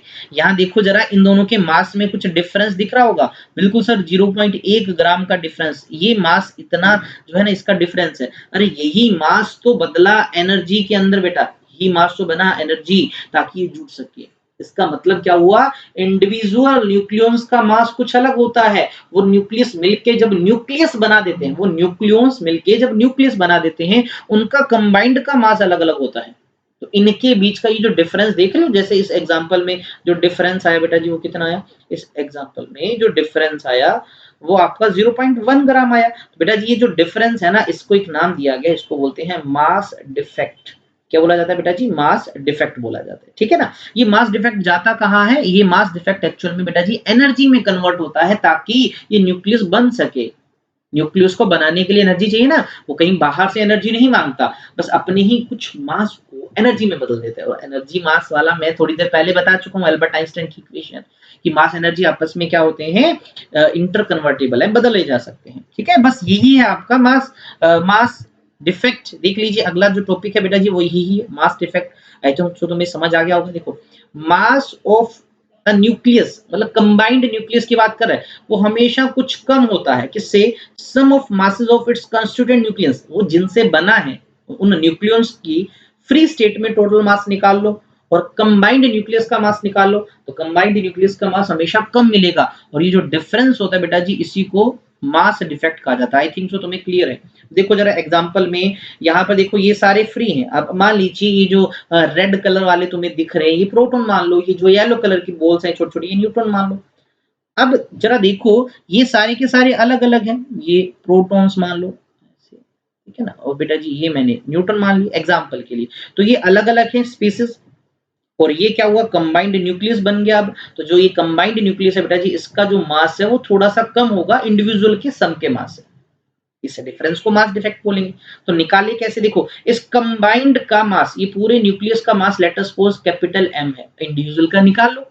कैसे निकालेंगे सर इंडिविजुअल का मास, देखो अब सबसे पहले तो तुम्हें गिनने पड़ेंगे तुम्हारे पास प्रोटॉन कितने, प्रोटॉन तो सर एटॉमिक नंबर से पता लगता है। अरे वाह, याद है तुम्हें। तो किसी एलिमेंट को जब तुम लिखते हो तो एलिमेंट को ऐसे एक्स सिंबल से लिखते हो, नीचे एटॉमिक नंबर होता है, ऊपर एटॉमिक मास होता है। अच्छा मुझे बताओ प्रोटॉन कौन बताता है, प्रोटॉन सर प्रोटॉन बताता है ये प्रोटॉन। अच्छा न्यूट्रॉन कौन बताता है, ए माइनस जेड, ये आपको सर न्यूट्रॉन भी बताता है। अरे वाह, तुम्हें तो सब कुछ याद है। देखो ये जेड क्या बेटा जी, ये है नंबर ऑफ प्रोटॉन्स। अच्छा हर एक का मास मान लीजिए एमपी है, तो ये क्या हुआ बेटा जी, ये हुआ मास किसका, मास ऑफ प्रोटॉन का। इंडिविजुअली निकाले देख लो, मतलब एक प्रोटॉन को मास को उसके नंबर से मल्टीप्लाई किया। अच्छा ये क्या होता है बेटा जी, आपको पता अभी भी मैंने बताया ए माइनस जेड, ये आपके पास होता है नंबर ऑफ न्यूट्रॉन्स, ये है मास ऑफ न्यूट्रॉन। तो बेटा जी ये क्या हुआ, ये मास ऑफ न्यूट्रॉन आ गया आपके पास। तो यानी आप जब प्रोटॉन और न्यूट्रॉन के मास को जोड़ रहे हो तो आपने इंडिविजुअली अलग अलग सबका मास काउंट किया। और ये मैंने अभी अभी क्या बताया, ये आपको बताया मास ऑफ न्यूक्लियस जो बना है। तो इनके डिफरेंस को, डिफरेंस ऐसे तो निकालोगी, इन दोनों का मास टोटल कर लिया, उसमें से इस मास को माइनस कर दिया, तो आपके पास जो आएगा बेटा जी वो क्या आ जाएगा, मास डिफेक्ट आएगा। ये मास डिफेक्ट का फॉर्मूला है, ये इधर वाला मैं भी तुम्हें कैलकुलेट करना बताऊंगा, लेकिन बहुत कम रेयर चांस है इसमें से क्वेश्चन आने का, इस तरह के न्यूमेरिकल का। फिर भी पता होना चाहिए बेटा जी, ऐसे कभी यूपीएससी आपको बता के नहीं गएगी कि यार इस साल मैं इस पे क्वेश्चन डालने वाला हूँ, इस साल मैं इस पे क्वेश्चन डालने वाला हूँ, आने को आ भी सकता है। अगर आप इसी को बदलना चाहते हो in term of atom, atomic mass के टर्म में, आपको मान लीजिए पूरे एटम का मास गिवन हो यार, तो उस केस में क्या करोगे, तो उस केस में क्या कमी रहेगी यार, इलेक्ट्रॉन को काउंट नहीं किया तो इलेक्ट्रॉन के मास को और जोड़ना पड़ेगा। देख लो मास ऑफ इलेक्ट्रॉन को और जोड़ के ये रहा, देख लो इस तरह से अगर आप इस फैक्टर को भी जोड़ लोगे तब आपके पास एटॉमिक मास के टर्म में आ जाएगा। अब एग्जांपल से थोड़ा सा मैं तुम्हें बताना चाहूंगा, ज्यादा डिटेल में मत जाना, बस सिंपल सा एग्जांपल देखो। एग्जांपल के लिए मैंने तुम्हें कहा तुम्हारे पास कोई एलिमेंट है, अब एलिमेंट मान लीजिए मैंने हीलियम बना लिया, कुछ इस तरह से मान लिया। मान लीजिए आपको कहा गया भैया ये हीलियम जो है ना, इसका जो मास है न्यूक्लियस का, इसका न्यूक्लियस का mass let us suppose 3.4321 you है, एटॉमिक मास यूनिट इतना है। ये इसके बेटा जी कंबाइंड न्यूक्लियस का मास है, ठीक है ना, कंबाइंड न्यूक्लियस का मास है। अच्छा आपको अकेले प्रोटॉन का मास दे दिया लेट अस सपोज जैसे 1.7321 दे दिया, और मान लीजिए आपको इलेक्ट्रॉन का दे दिया, इलेक्ट्रॉन की जरूरत नहीं है, अपन न्यूक्लियस की बात कर रहे हैं। मान लीजिए आपको न्यूट्रॉन का भी दे दिया 1.75 टू समथिंग, इतना नहीं होता एग्जैक्ट वैल्यू, मैं तो ये एग्जांपल के लिए बता रहा हूँ कि बोले सर गलत लिख रहे हो, मैं पहले बता रहा हूँ एग्जांपल के लिए लिख रहा हूँ यार। मास अलग होता है, ये यू के अंदर ये भी अलग होता है, मे बी मास ऊपर लिखा वो भी अलग होता है, सिर्फ कंसेप्ट को समझना। जब इसकी जन्म कुंडली देखी तो मुझे पता लगा इसके पास 2 प्रोटॉन है, इसके पास 2 इलेक्ट्रॉन है, और न्यूट्रॉन इसके पास 1 है, क्योंकि देखो 3 में से 2 गया 1, है ना। अब इंडिविजुअली निकालो, देखो प्रोटॉन कितने बेटा जी, 2 प्रोटॉन है, और हर प्रोटॉन का मास कितना है, जैसे आपको दे रखा है 1.7321 लेट अस सपोज इतना है। प्लस में न्यूट्रॉन कितना, 1 ही है, और इसका मास कितना है 1.7512। ये कंबाइंड का मास आपने निकाल लिया, है ना, सॉरी कंबाइंड का मतलब इंडिविजुअल कर करके, उसमें से कंबाइंड वाला मास माइनस कर दो 3.4321 इस तरह से। जब इसको माइनस करोगे आपके पास कुछ मास आएगा ना, यू में आएगा, तो वो जो मास आएगा बेटा जी वही मास डिफेक्ट है, वही मास डिफेक्ट है। अच्छा आपसे ये पूछा जा सकता है यार ये मास डिफेक्ट गया कहां पर, ये मास का डिफरेंस आया क्यों, तो क्वेश्चन आता है ना ये आया क्यों, मैंने बता दिया ये मास बदल जाता है एनर्जी में। अब एनर्जी क्यों चाहिए, अरे उन न्यूक्लियस को आपस में जोड़ना भी तो था, उस न्यूक्लियस को जोड़ने के लिए वो एनर्जी में कन्वर्ट हो जाता है, ठीक है। अच्छा एक छोटा सा फैक्ट है, ज्यादा इंपॉर्टेंट नहीं है, इग्नोर कर सकते हो, क्या, पैकिंग फ्रैक्शन। ये जो मास डिफेक्ट निकाला, अगर इसको बेटा जी आप मास नंबर से डिवाइड कर दो, मास डिफेक्ट पर न्यूक्लियन आ जाएगा आपके पास। न्यूक्लियन और मास नंबर, अरे यही तो होता है, नंबर ऑफ न्यूक्लियन को मास नंबर ही तो बोलते हैं।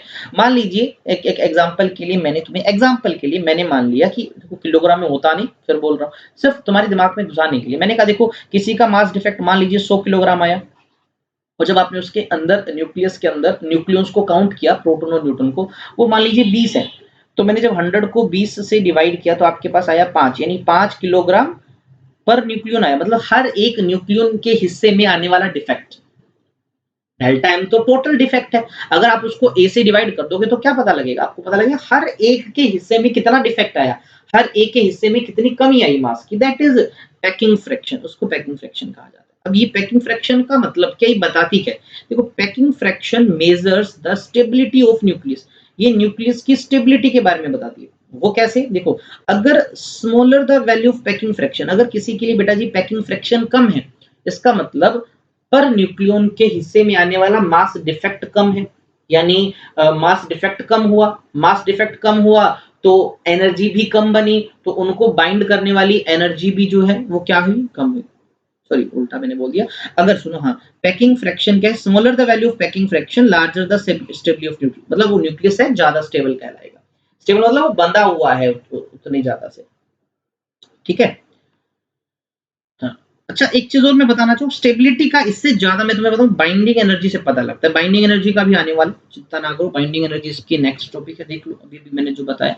बाइंडिंग एनर्जी देखो, ये वो मिनिमम एनर्जी है, ये वो मिनिमम एनर्जी है जो क्या करती है, जो चाहिए disassemble the nucleus of an atom, atom के न्यूक्लियस को तोड़ने के लिए, उसके अंदर न्यूक्लियस बंधे हैं ना, उनको बाहर निकालने के लिए, क्योंकि जितनी एनर्जी से बंधे हैं उतनी ही तो चाहिए उनको तोड़ने के लिए। बिल्कुल सही है।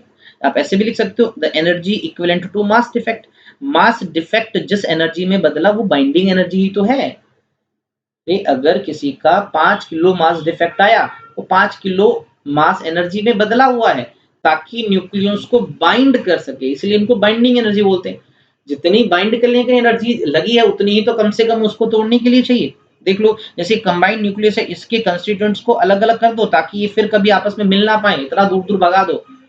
इसके लिए जो एनर्जी चाहिए वो बाइंडिंग एनर्जी है ना। कैसे निकाला? जस्ट आपको मास डिफेक्ट को सी स्क्वायर से मल्टीप्लाई करना है। तो भैया आइंस्टाइन वाली इक्वेशन ही तो है, एनर्जी निकालना तो बहुत आसान है, मास को सी स्क्वायर से मल्टीप्लाई करना है। या फिर एक और डायरेक्ट तरीका, क्या डेल्टा एम जो है वो आप लिख लीजिए, जो एएमयू में होना चाहिए आपके पास, उसको 931 से मल्टीप्लाई कर दो, आपके पास जो एनर्जी का वैल्यू आएगा वो मेगा इलेक्ट्रॉन वोल्ट में आएगा डायरेक्ट। तो किलोग्राम, मैंने आपको सारा फंडा बता दिया था। अच्छा, अब है बेटा जी बाइंडिंग एनर्जी पर न्यूक्लियन। अरे ये वही तो है, हर न्यूक्लियन के हिस्से में कितनी एनर्जी आ रही है, the average energy required to release nucleon from the nucleus. हर एक न्यूक्लियन को निकालने के लिए कितनी, मतलब हर एक के हिस्से में आने वाली एनर्जी तो हुई, बस कुछ नहीं, टोटल बाइंडिंग एनर्जी को मास नंबर से डिवाइड ही तो करना होता है। अच्छा, ये बताती है binding energy per nucleon stability बताती है। जितनी ज्यादा बाइंडिंग एनर्जी पर न्यूक्लियन, इसको ऐसे भी रिप्रेजेंट करते हैं, बी के ऊपर बार बार लगाने का मतलब एवरेज ही होता है हर एक हिस्से में आने वाली एनर्जी। ये जितनी ज्यादा होती है वो एलिमेंट का न्यूक्लियस उतना ज्यादा स्टेबल होता है। इसको समझते हैं थोड़ा सा। मान लीजिए एक एलिमेंट एक्स है और एक एलिमेंट वाई है, इसकी बाइंडिंग एनर्जी मान लीजिए 10 मेगा इलेक्ट्रॉन वोल्ट है और इसकी मान लीजिए 50 मेगा इलेक्ट्रॉन वोल्ट है। अब इसका मतलब क्या हुआ कि एक्स नाम के एलिमेंट के न्यूक्लियस को तोड़ने के लिए इतनी एनर्जी चाहिए 10 मेगा इलेक्ट्रॉन वोल्ट, और वाई वाले न्यूक्लियस को तोड़ने के लिए 50 मेगा इलेक्ट्रॉन वोल्ट चाहिए। तो किसको तोड़ना मुश्किल हुआ? सर वाई वाले को तोड़ना मुश्किल हुआ, यानी वाई स्टेबल है। बिल्कुल सर स्टेबल है। तो स्टेबिलिटी किस पे डिपेंड की? सर इसी एनर्जी पे। जिस एलिमेंट के न्यूक्लियस की बाइंडिंग एनर्जी या फिर बाइंडिंग एनर्जी पर न्यूक्लियन ज्यादा है, इट मीन वो ज्यादा स्टेबल है, उसको तोड़ने के लिए ज्यादा एनर्जी चाहिए। तो यानी स्टेबिलिटी का पता लग गया। हमारे पीरियोडिक टेबल में जितने भी एलिमेंट है, सभी के न्यूक्लियस के अंदर न्यूक्लियन बंधे हुए हैं, बिल्कुल बंधे हुए हैं। कोई ना कोई एनर्जी है सबकी बाइंडिंग एनर्जी। सर बिल्कुल है। क्या सबकी सेम है? नहीं, सबकी सेम नहीं है, हर एलिमेंट की अपनी अपनी अलग बाइंडिंग एनर्जी है। कुछ एलिमेंट ऐसे भी है, ध्यान से सुनना, कुछ एलिमेंट ऐसे भी हैं जिनकी बाइंडिंग एनर्जी पर न्यूक्लियन बहुत थोड़ी है, इतनी थोड़ी कि उसको नेचर से आसानी से एनर्जी मिल जाती है और बड़ा बड़ा न्यूक्लियस अपने आप टूट जाता है। देखो जरा ध्यान से सुनो, इतनी कम बाइंडिंग एनर्जी होती है कुछ एलिमेंट्स की कि नेचर से आसानी से उनको उतनी एनर्जी मिल जाती है, वो अपने आप ही टूट जाती है न्यूक्लियस उनका। इसी फिनोमिना को मेरे भाई, इसी को रेडियो एक्टिविटी कहा जाता है। रेडियो एक्टिव एलिमेंट नाम सुना है ना, वो यही होते हैं रेडियो एक्टिव एलिमेंट। जैसे हाइड्रोजन का तीसरा आइसोटोप भी है, यूरेनियम भी है, टाइटेनियम भी है, बहुत सारे हैं, बहुत सारे यार आएंगे यार, इसी चैप्टर में डिस्कस करेंगे। और जो एलिमेंट जिनकी बाइंडिंग एनर्जी पर न्यूक्लियन बहुत ज्यादा है, वो ज्यादा स्टेबल है यार, ज्यादा स्टेबल है, उनको तोड़ने के लिए ज्यादा एनर्जी चाहिए, आसमान से तो नहीं आएगी, एटमॉस्फेयर से तो नहीं मिलेगी, तो वो जल्दी से टूटेंगे नहीं और एज इट इज पड़े रहेंगे स्टेबल। देखो थोड़ा सा जिक्र भी कर रखे हैं, ये जो बाइंडिंग एनर्जी पर न्यूक्लियन है ना, ये उन एलिमेंट का जिनका मास नंबर 30 से कम है या जिनका मास नंबर 170 से ज्यादा है, उनकी स्मॉल होती है। यानी जो एलिमेंट कम मास नंबर वाले हैं, इनको लाइटर न्यूक्लियाई भी कहा जाता है, या वो न्यूक्लियस जिनके मास नंबर बहुत ज्यादा है 170 से ज्यादा, जिनको हैवी न्यूक्लियाई भी कहा जाता है। तो यानी ये लिखने का मतलब हो गया बेटा जी लाइटर न्यूक्लियाई, और ये लिखने का मतलब हो गया हैवी न्यूक्लियाई। तो चाहे लाइटर न्यूक्लियाई हो चाहे हैवी हो, दोनों का ही बाइंडिंग एनर्जी पर न्यूक्लियन कम होता है, इसलिए इनको अनस्टेबल कहा जाता है। यानी आपसे पूछा जाए पीरियोडिक टेबल में सबसे ज्यादा अनस्टेबिलिटी या तो सबसे नीचे वाले लाइटर न्यूक्लियाई में होंगी या सबसे हायर वाले में। सबसे ज्यादा स्टेबल कौन सा हुआ? तो बाइंडिंग एनर्जी पर न्यूक्लियन सबसे ज्यादा होती है आयरन के लिए। आयरन के लिए सबसे ज्यादा, यानी सबसे ज्यादा स्टेबल एलिमेंट हमारी पीरियोडिक टेबल में कौन है मेरे भाई? वो है आपका, कौन है भाई? आयरन है। कितनी? 8.75 mega electron volt per nucleon. मतलब हर एक न्यूक्लियन के हिस्से में इतनी एनर्जी जब आएगी ढेर सारी 8.75 मेगा इलेक्ट्रॉन वोल्ट, तब जाके वो टूटेगा। इसलिए सबसे ज्यादा स्टेबल एलिमेंट यही है। ज्ञान की बातें हैं, बहुत इंपॉर्टेंट है, आप सब बच्चों को इन सब का पता होना चाहिए। चलिए जी, यहाँ तक होगी ये बातें। अब इसके बाद बढ़ते हैं हमारे अगले कंसेप्ट पे, जो कि है न्यूक्लियर रिएक्शन। अब न्यूक्लियर रिएक्शन और रेडियो एक्टिविटी दो अलग अलग फिनोमिना में, पहले बता दूं, क्लियर कर दूं। देखो, स्टेबिलिटी का तुम्हें अभी भी जिक्र किया। स्टेबिलिटी मीन टू से न्यूक्लियस को अपने आप को मेंटेन करके रखना है, उसको टूटना नहीं है। अगर बाइंडिंग एनर्जी पर न्यूक्लियन ज्यादा है तो वो स्टेबल है, अगर कम है और उसको वो कम एनर्जी इधर उधर से मिल गई तो वो टूट जाएगा। और अपने आप टूटने वाले इस फिनोमिना को रेडियो एक्टिविटी कहा जाता है, वो भी अपने डिस्कस करेंगे इसी चैप्टर के अंदर। पहले उनसे डिस्कस करते हैं कि ये न्यूक्लियर रिएक्शंस क्या होती है, ठीक है ना। न्यूक्लियर रिएक्शंस क्या होती है, देखिए, the process by which identity of a nucleus is changed when it is bombarded by a energetic particle. आपके पास कोई न्यूक्लियस है किसी एलिमेंट का, मान लीजिए ये कोई बी नाम से है, सॉरी बी नाम से नहीं, मैं थोड़ा सा क्षमा चाहूंगा। मान लीजिए आपके पास कोई इस तरह से ए नाम का कोई न्यूक्लियस है। देखो, न्यूक्लियर रिएक्शन इसीलिए लिखा क्योंकि न्यूक्लियस के ऊपर किसी चीज को गिराएंगे और वो बदलेगा किसी और में, यानी ये रिएक्शन रिलेटेड टू न्यूक्लियस है। केमिकल रिएक्शन बेटा जी अलग होती है। केमिकल रिएक्शन में आपने सुना होगा कि एलिमेंट्स नए नहीं बनते, वहां सिर्फ कंपाउंड्स बनते हैं नए, यानी पुराने वालों के बॉन्ड टूटकर नए वालों के बॉन्ड बन जाते हैं। किसी रिएक्शन में मान लीजिए Mg ऑक्सीजन के साथ रिएक्शन करता है, वो अगर MgO बना देता है, तो भैया इस रिएक्शन के अंदर कोई चेंज नहीं हुआ। यहाँ पर Mg और O थे रिएक्टेंट साइड में, तो यहाँ पर भी Mg और O है, कोई नया एलिमेंट नहीं बनता। ये केमिकल रिएक्शंस हुआ करती थी आपकी वो केमिस्ट्री वाली, लेकिन यहाँ पर हम बात कर रहे हैं न्यूक्लियर रिएक्शंस की। न्यूक्लियर रिएक्शंस के अंदर क्या होता है, नए एलिमेंट भी बन जाते हैं। ध्यान से सुनना, न्यूक्लियस के ऊपर तुम किसी चीज को गिराओगे, वो न्यूक्लियस बेचारा पहले सुखी संपन्न था, स्टेबल था, तुमने उसके ऊपर किसी एनर्जेटिक पार्टिकल को गिरा दिया, गिरते ही बेचारा अनस्टेबल हुआ, अनस्टेबल होते ही टूटेगा। अब जब न्यूक्लियस टूटेगा तो दो चार प्रोटॉन कम ज्यादा होते ही तो एटॉमिक नंबर बदल गया, एटॉमिक नंबर बदलते अरे भाई नया एलिमेंट बन जाएगा।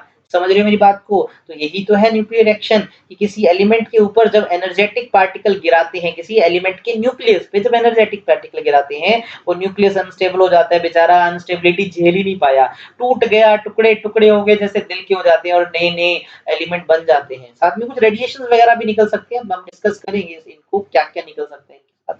तो बेटा जी इस रिएक्शन को ही न्यूक्लियर रिएक्शन कहा जाता है, नया एलिमेंट बन जाता है, नया एलिमेंट बन जाता है। क्यों बन जाता है, सारा मैकेनिज्म मैंने बता दिया। देखो क्या कहते हैं, द एनर्जी एब्जॉर्ब्ड और रिलीज्ड। देखो जरा ध्यान से सुनना, जब हम ये काम करवाएंगे, न्यूक्लियस पे किसी एनर्जेटिक पार्टिकल को गिराएंगे, वो अनस्टेबल हुआ, टूटा, और उस दौरान कई बार हमें एनर्जी देनी पड़ती है और कई बार एनर्जी रिलीज भी होती है। इस एनर्जी को जो किसी भी न्यूक्लियर रिएक्शन में रिलीज होती है बेटा जी, इसको क्यू वैल्यू कहा जाता है, या क्यू एनर्जी भी कहा जाता है। क्यू वैल्यू, ध्यान से सुनना, क्यू वैल्यू जो एनर्जी रिलीज होती है इस दौरान, या जो यूज होती है इस दौरान। आई थिंक सो थोड़ा थोड़ा डाटा माइंड में क्लियर हो रहा है। तो ये क्यू वैल्यू जो है, अगर जरा ध्यान से सुनना, ये कैसे निकालोगे? क्यू वैल्यू निकालना तो बहुत आसान है। मतलब उस रिएक्शन में पार्टिसिपेट करने वाले रिएक्टेंट्स का टोटल मास निकाल लो, प्रोडक्ट का टोटल मास निकाल लो, उनका डिफरेंस कर लो, मतलब मास डिफेक्ट निकाल लो, और सी स्क्वायर से मल्टीप्लाई कर दो, आपके पास एनर्जी आ जाएगी बेटा जी जूल में। और अगर आप क्या करो, मास ऑफ रिएक्टेंट को मास ऑफ प्रोडक्ट निकालो, और ये जो मास है बेटा जी अगर आपने एएमयू में निकाल रखा है तो इसको 931 मेगा इलेक्ट्रॉन वोल्ट से मल्टीप्लाई कर दो, आपके पास क्यू वैल्यू आ जाएगी। बिल्कुल ठीक है, अच्छी बात है। अच्छा, अगर अब जरा ध्यान से सुने, अगर Q वैल्यू लेस देन 0 है, आप किसी के लिए Q एनर्जी कैलकुलेट कर रहे हो, मतलब कोई रिएक्शन हुई, न्यूक्लियर रिएक्शन आपने देखा, जो एनर्जी साथ वाली है वो लेस देन 0 है, इसका मतलब nuclear reaction is known as endothermic. Endothermic reaction है, रिलीज होने वाली एनर्जी नेगेटिव है, इसका मतलब ये एंडोथर्मिक रिएक्शन है। इस रिएक्शन को करवाने के लिए हमें एनर्जी देनी पड़ेगी। सर सोचो जरा, देखो ये कोई एक्स नाम का एलिमेंट, ये कोई वाई वाले के साथ जुड़ा, और मान लीजिए जेड O और साथ में कुछ एनर्जी, ऐसे तो लिख रहे हैं। अब मैंने तुमसे कहा बेटा जी ये एनर्जी अगर इधर नेगेटिव है तो भैया ये उधर जाके पॉजिटिव हो जाएगी, है ना? रिएक्टेंट साइड में पॉजिटिव होगी, यानी रिएक्टेंट साइड में एनर्जी जुड़ रही है, रिएक्टेंट साइड को एनर्जी देनी पड़ेगी तब ये रिएक्शन होगी, यानी ये एंडोथर्मिक रिएक्शन है। और अगर बेटा जी ये Q ग्रेटर देन 0 है यानी पॉजिटिव है यानी इधर ही प्लस की है तो यानी एनर्जी रिलीज हो रही है, ये रिएक्शन आपकी एक्सोथर्मिक रिएक्शन होगी। ये क्या होगी? एक्सोथर्मिक रिएक्शन होगी।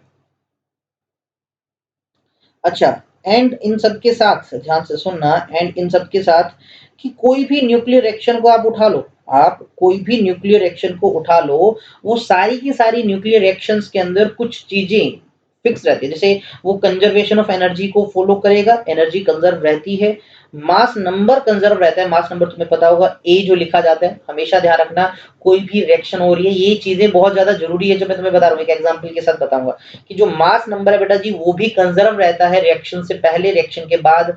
जो रिएक्टेंट साइड में जितने भी तुम एलिमेंट लिख रहे हो उन सबके मास नंबर का सम प्रोडक्ट साइड में जितनी भी चीजें आएंगी उनके मास नंबर के सम के बराबर होगा। चार्ज नंबर भी सेम होता है, आप एटॉमिक नंबर बोलते हैं जिसको चार्ज नंबर, क्योंकि चार्ज के बारे में बताता है। इनका सम भी क्या होता है बेटा जी? बराबर होता है। लीनियर मोमेंटम भी दोनों तरफ कंजर्व रहता है, रिएक्टेंट साइड और प्रोडक्ट साइड का, एंड एंगुलर मोमेंटम भी कंजर्व रहता है। ये सारी की सारी चीजें फॉलो होती हैं न्यूक्लियर रिएक्शन में, हर न्यूक्लियर रिएक्शन में, ठीक है ना? ये चीजें दिमाग में होनी चाहिए। चलिए इसी के साथ बढ़ते हैं। क्या न्यूक्लियर रिएक्शंस के कुछ टाइप होते हैं? अरे बिल्कुल मेरे भाई, बहुत सारे नहीं, दो ही टाइप होते हैं। हालांकि टाइप को आगे डिवाइड किया जा सकता है डिपेंडिंग अपॉन तुम किस पार्टिकल को गिरा रहे हो और किसके ऊपर गिरा रहे हो, उसके बेसिस पे कैटेगरी बनानी हो तो दुनिया जहान की बना लो। यहाँ पर अपन डिस्कस कर रहे हैं मेन उसकी दो टाइप्स को। किसकी दो टाइप्स को डिस्कस कर रहे हैं? न्यूक्लियर रिएक्शंस की मेन दो टाइप्स को अपन डिस्कस कर रहे हैं। क्या है भाई साहब वो दो टाइप्स? जरा देखो। देखिए पहला है न्यूक्लियर फीजन। फीजन का मतलब टूटना होता है, डिस्कस करेंगे डिटेल में, चिंता ना करें, ये सब हमने डिटेल में पढ़ना है। दूसरा है न्यूक्लियर फ्यूजन, इस पे बहुत बार क्वेश्चन आए हुए हैं। फ्यूजन, फ्यूज होना, जुड़ जाना, दिल की दिल से तार जब फ्यूज हुई दिल जुड़ गए। तो न्यूक्लियर फिजन एंड फ्यूजन दो तरह की रिएक्शन होती है। फिजन का हल्का सा आइडिया ले लीजिए, एक हैवी एलिमेंट, एक हैवी न्यूक्लियस। हैवी न्यूक्लियस पता है तुम्हें, जिनका मास नंबर जो है ना वो 100-200 से ज्यादा हो, 100-200 क्या मतलब 200 के ऊपर ही मान के चलो तुम, वो आपके हैवी न्यूक्लियस होते हैं। तो जब हैवी न्यूक्लियस टूटते हैं बेटा जी, जब अपने आप तो नहीं टूटेंगे, कोई चीज गिराएंगे इनको अनस्टेबल करके तोड़ेंगे, तब इनके टूटने से नए न्यूक्लियस बनते हैं छोटे छोटे, साथ में काफी सारी एनर्जी भी रिलीज होती है। बेटा इस टूटने वाले प्रोसेस को, न्यूक्लियस के टूटने वाले इसी प्रोसेस को न्यूक्लियर फिजन कहा जाता है। डिटेल में आएगा, अभी बताऊंगा टाइप क्या है, कैसे टूटता है, nuclear model sorry liquid drop model, वो सारी चीजें दिमाग में है, अपन डिस्कस करेंगे। और फ्यूजन का कुछ ऐसे समझे, जब लाइटर न्यूक्लियस मतलब हल्के फुल्के कम मास नंबर वाले न्यूक्लियस जब आपस में जुड़ते हैं, देखो कंडीशन चाहिए जुड़ने के लिए, अपने आप नहीं जुड़ेंगे, ये मैं बता दूं तुम्हें, काफी सारी कंडीशन है, हाई टेम्परेचर प्रेशर वाली कुछ। तो जब ये जुड़ते हैं तो इनके जुड़ने से थोड़ा सा हैवी न्यूक्लियस बन जाता है और इनके साथ भी एनर्जी रिलीज होती है। तो इस फिनोमिना को हम, जो फिनोमिना है इसको न्यूक्लियर फ्यूजन कहते हैं। क्या बोलते हैं बेटा जी? न्यूक्लियर फ्यूजन बोलते हैं। ठीक है, चलो पहली बारी किसकी है भाई? पहली बारी है न्यूक्लियर फिजन की। भैया न्यूक्लियर फिजन में क्या होता है आप पहले ये बताओ ना। तो चलो डिस्कस कर लेते हैं किसको, न्यूक्लियर फिजन को। फिजन बोले तो टूटना, टूटना किसका है? कोई बड़ी भरी भरकम चीज टूटेगी ना। यहाँ पर देखो, देखिए प्रोसेस ऑफ स्प्लिटिंग, स्प्लिटिंग का मतलब तुम सब बच्चों को पता है यार, टूटना है ना। हैवी न्यूक्लियस का, हैवी न्यूक्लियस समझ रहे हो, मैं बता चुका हूँ, जिनका जो मास नंबर है वो लगभग 170 से ज्यादा, वो हैवी न्यूक्लियस में आते हैं। तो हैवी न्यूक्लियस जो है ना वो जब टूटता है, किसमें टूटता है? इनटू टू लाइटर न्यूक्लियस, दो या दो से ज्यादा, जनरली दो ही होते हैं, लगभग बराबर मास वाले होते हैं, लगभग एग्जैक्टली बराबर नहीं होता, मैं बता रहा हूँ कम ज्यादा हो जाता है। तो जब वो टूटते हैं दो या दो से ज्यादा लाइटर न्यूक्लियस बनते हैं, कंपेरेबल मास, मैंने बता दिया कंपेरेबल मास लगभग बराबर जैसे। कब ये टूटे? अपने आप नहीं टूटते, अपने आप टूटेंगे तो यार रेडियो एक्टिविटी हो जाएगी ना। लेकिन अपन रेडियो एक्टिविटी थोड़ी पढ़ रहे हैं, हम तो पढ़ रहे हैं न्यूक्लियर रिएक्शन। यानी ये टूटेंगे कब? जब इनके ऊपर गिराया जाता है, क्या? बम्बार्डमेंट करवाया जाता है, after bombardment with energetic particle, जब इन पे कोई एनर्जेटिक पार्टिकल गिराते हैं। और साथ में क्या करते हैं बेटा जी? एनर्जी रिलीज करते हैं। देखो जरा, एनर्जी रिलीज करेंगे, फायदेमंद चीज है। एग्जाम्पल में देखो, यूरेनियम, अच्छा यूरेनियम के दो आइसोटोप होते हैं, यूरेनियम 92 235 वाला एक होता है, यूरेनियम 92 238 वाला भी होता है। यहाँ पर बात की जा रही है 235 वाले की। भैया ये यूरेनियम 235 का न्यूक्लियस तुम देख रहे हो, इसके ऊपर क्या किया? एक एनर्जेटिक न्यूट्रॉन को, एक फास्ट न्यूट्रॉन, बेटा जी फास्ट न्यूट्रॉन, एनर्जी वाला न्यूट्रॉन, ठीक है ना, thermal neutron, sorry sorry sorry क्षमा चाहूंगा, फास्ट नहीं बेटा जी, ये एक स्लो न्यूट्रॉन है, स्लो न्यूट्रॉन को गिराना है, फास्ट वाला नहीं है। मैं क्षमा चाहूंगा अगर मुझसे बोला गया तो, क्या बात है यार, फिर क्या हो गया सर बोल दिया तो अगर बेटा जी इस पे एक थर्मल न्यूट्रॉन होता है मतलब थोड़ा स्लो होना चाहिए, एनर्जी एनर्जी कैरी कर रहा हो, तो एक थर्मल न्यूट्रॉन जब इस पे गिरता है यूरेनियम के इस न्यूक्लियस पे, इसके गिरते ही इस न्यूक्लियस के पास एक न्यूट्रॉन एक्स्ट्रा हो गया। अरे न्यूट्रॉन एक्स्ट्रा होते ही गड़बड़ घोटाला, नंबर ऑफ न्यूट्रॉन प्रोटॉन बदल गए, न्यूक्लियस स्टेबल नहीं रहा, अब ये यूरेनियम 236 वाला बन गया, स्टेबिलिटी नहीं है इसके पास, अनस्टेबल है। कितनी देर अनस्टेबल रहेगा, हाथों हाथ टूट गया, स्टेबल होने के लिए टूट गया, और टूटा तो कुछ न्यूट्रॉन प्रोटॉन का बंडल अलग हो गया, इधर कुछ अलग हो गया, कुछ जो न्यूट्रॉन प्रोटॉन का बंडल अलग हुआ वो बन गया बैरियम, और दूसरा बन गया क्रिप्टॉन। देखो मास एटॉमिक नंबर लिख रखा दोनों, देखो इसका मास नंबर 144, एटॉमिक नंबर 56, इसका मास नंबर 36 जो है, sorry atomic number 36, mass number 18। तो यानी ये यूरेनियम अनस्टेबल होने के बाद इन दो न्यूक्लियस में टूट गया, साथ में 3 नए न्यूट्रॉन बना दिए, 3 नए फास्ट, ये जो बने हैं ना, ये एनर्जी को कैरी कर रहे हैं काफी सारी, ये फास्ट न्यूट्रॉन्स बने हैं। जो गिराया था वो थर्मल न्यूट्रॉन था, कम एनर्जी वाला, सॉरी वो था कम स्पीड वाला, और ये फास्ट बने हैं, जरा ध्यान से सुना। अच्छा ये 3 ही बनते हैं, नहीं ऐसा कुछ नहीं, ये 3 नहीं बनते, बहुत बहुत बार रिएक्शन में 2 बनते हैं, बहुत बार 3 भी बनते हैं, और एवरेज अगर कैलकुलेट किया जाए ना, टोटल अगर आप मान लीजिए 500 रिएक्शंस करवाते हो इस तरह की, तो जब आप एवरेज निकालते हो ना, तो हर रिएक्शन के हिस्से में 2.5 न्यूट्रॉन निकल के आते हैं, यानी कभी-कभी रिएक्शन में 3 बन जाते हैं, कभी-कभी 2। बहुत बार कन्फ्यूजन होती है, कुछ किताबों में 2 लिखा है, कुछ में 3 लिखा है, कुछ में 2.5 लिखा है। तो बता दूं एग्जैक्टली कभी 2 भी बन जाते हैं, 3 भी बन जाते हैं, और एवरेज की बात की जाए वो 2.5 न्यूट्रॉन्स होते हैं, और जनरली 3 लिखा जाता है ज्यादातर किताबों के अंदर, है ना। 2.5 से क्या समझोगे, किसी रिएक्शन में 2.5 न्यूट्रॉन थोड़ी निकलेंगे, ये तो एवरेज नंबर है ना, कि आपने मान लीजिए एक बार रिएक्शन करवाया, 2 इलेक्ट्रॉन निकल 2 न्यूट्रॉन बनाए, एक बार रिएक्शन करवाया तो 3 बनाए, तो कितना लिखे, तो एवरेज निकाल दिया 2.5। अच्छा, ठीक है, ये क्यों होता है ऐसा, ये लिक्विड ड्रॉप मॉडल के अकॉर्डिंग बताया जाता है। देखो आप इसको कोई एक लिक्विड की ड्रॉप मान लो, थोड़ा सा उसमें कुछ एक्स्ट्रा ऐड करोगे, वो अनस्टेबल हो जाएगी, और अनस्टेबल होने से टूट जाएगी। तो ये लिक्विड ड्रॉप मॉडल भी इसी से रिलेटेड किया गया था कभी। अच्छा, एंड एक चीज बहुत काम की चीज है, साइंटिस्ट का नेम इसके बारे में पता होना चाहिए आपको। ये न्यूक्लियर फिजन वाला जो फिनोमिना है, ये डिस्कवर किया था ओटो हैन ने और एफ स्टेसमैन ने किया था। इसको एक्सप्लेन किया था नील्स बोहर ने भी, और जे ए व्हीलर ने किया था, किसके बेसिस पे, लिक्विड ड्रॉप मॉडल के बेसिस पे, ठीक है ना। इसको बाद में एक्सप्लेन भी किया गया था। इसको न्यूक्लियर फिजन की बात हो रही है यहाँ पर, किसकी, न्यूक्लियर फिजन की। यहाँ पर ध्यान देना फिर से कि जब एक यूरेनियम 235 पे स्लो न्यूट्रॉन को गिराया जाता है, वो अनस्टेबल हो जाता है, 236 बन गया, अनस्टेबल हो गया, ज्यादा देर नहीं रुक पाएगा अनस्टेबल, और टूट जाता है, बैरियम में बदल गया, क्रिप्टॉन में बदल गया, और ऑन एन एवरेज 2.5, और इस रिएक्शन की बात करें तो 3 न्यूट्रॉन साथ में बनते हैं, जो फास्ट है, साथ में काफी सारी एनर्जी भी रिलीज करता है, ठीक है ना। ये एक एक्सोथर्मिक रिएक्शन होती है। अच्छा, इस रिएक्शन को लिखा हुआ जरा आप जरा ध्यान से देखें कि यहाँ पर देखो, देखो मैंने थोड़ी देर पहले बताया था किसी भी न्यूक्लियर रिएक्शन में मास नंबर जो है, उसके अलावा एटॉमिक नंबर, ये सारी चीजें कंजर्व रहती हैं। अब वो भी यहाँ पर आपको देखने को मिलेगा। देखो ये क्या है, यूरेनियम 92 टू 35 सही था, सुख शांति से बैठा था, एक स्लो न्यूट्रॉन गिरा दिया ऊपर। न्यूट्रॉन को ऐसे लिखते हैं, न्यूट्रॉन पे चार्ज तो होता नहीं, इसलिए नीचे चार्ज 0 लिखा है, मास इसका होता तो ऊपर 1 लिखा गया। तो ये जैसे ही गिरा, ये अनस्टेबल न्यूक्लियस बन गया 236 वाला, अब ज्यादा देर नहीं रुक पाएगा, टूट जाएगा। तो बेटा जी टूट गया बैरियम में और क्रिप्टॉन में, साथ में 3 नए न्यूट्रॉन बना दिए, साथ में एनर्जी अप्रोक्सीमेटली वैल्यू जो होती है एनर्जी की, वो 200 मेगा इलेक्ट्रॉन वोल्ट होती है, अप्रोक्सीमेटली, एग्जैक्टली नहीं होती, मैं फिर बता दूं तुम्हें। अच्छा यहाँ पर चेक करें बेटा जरा ध्यान से कि यहाँ पर मास नंबर को और एटॉमिक नंबर दोनों को चेक करें। यहाँ पर एटॉमिक नंबर 92 है, चार्ज 92 है, यहाँ पर कुछ नहीं है तो 0 है। तो टोटल बेटा जी लेफ्ट हैंड साइड का राइट हैंड साइड में 92 है।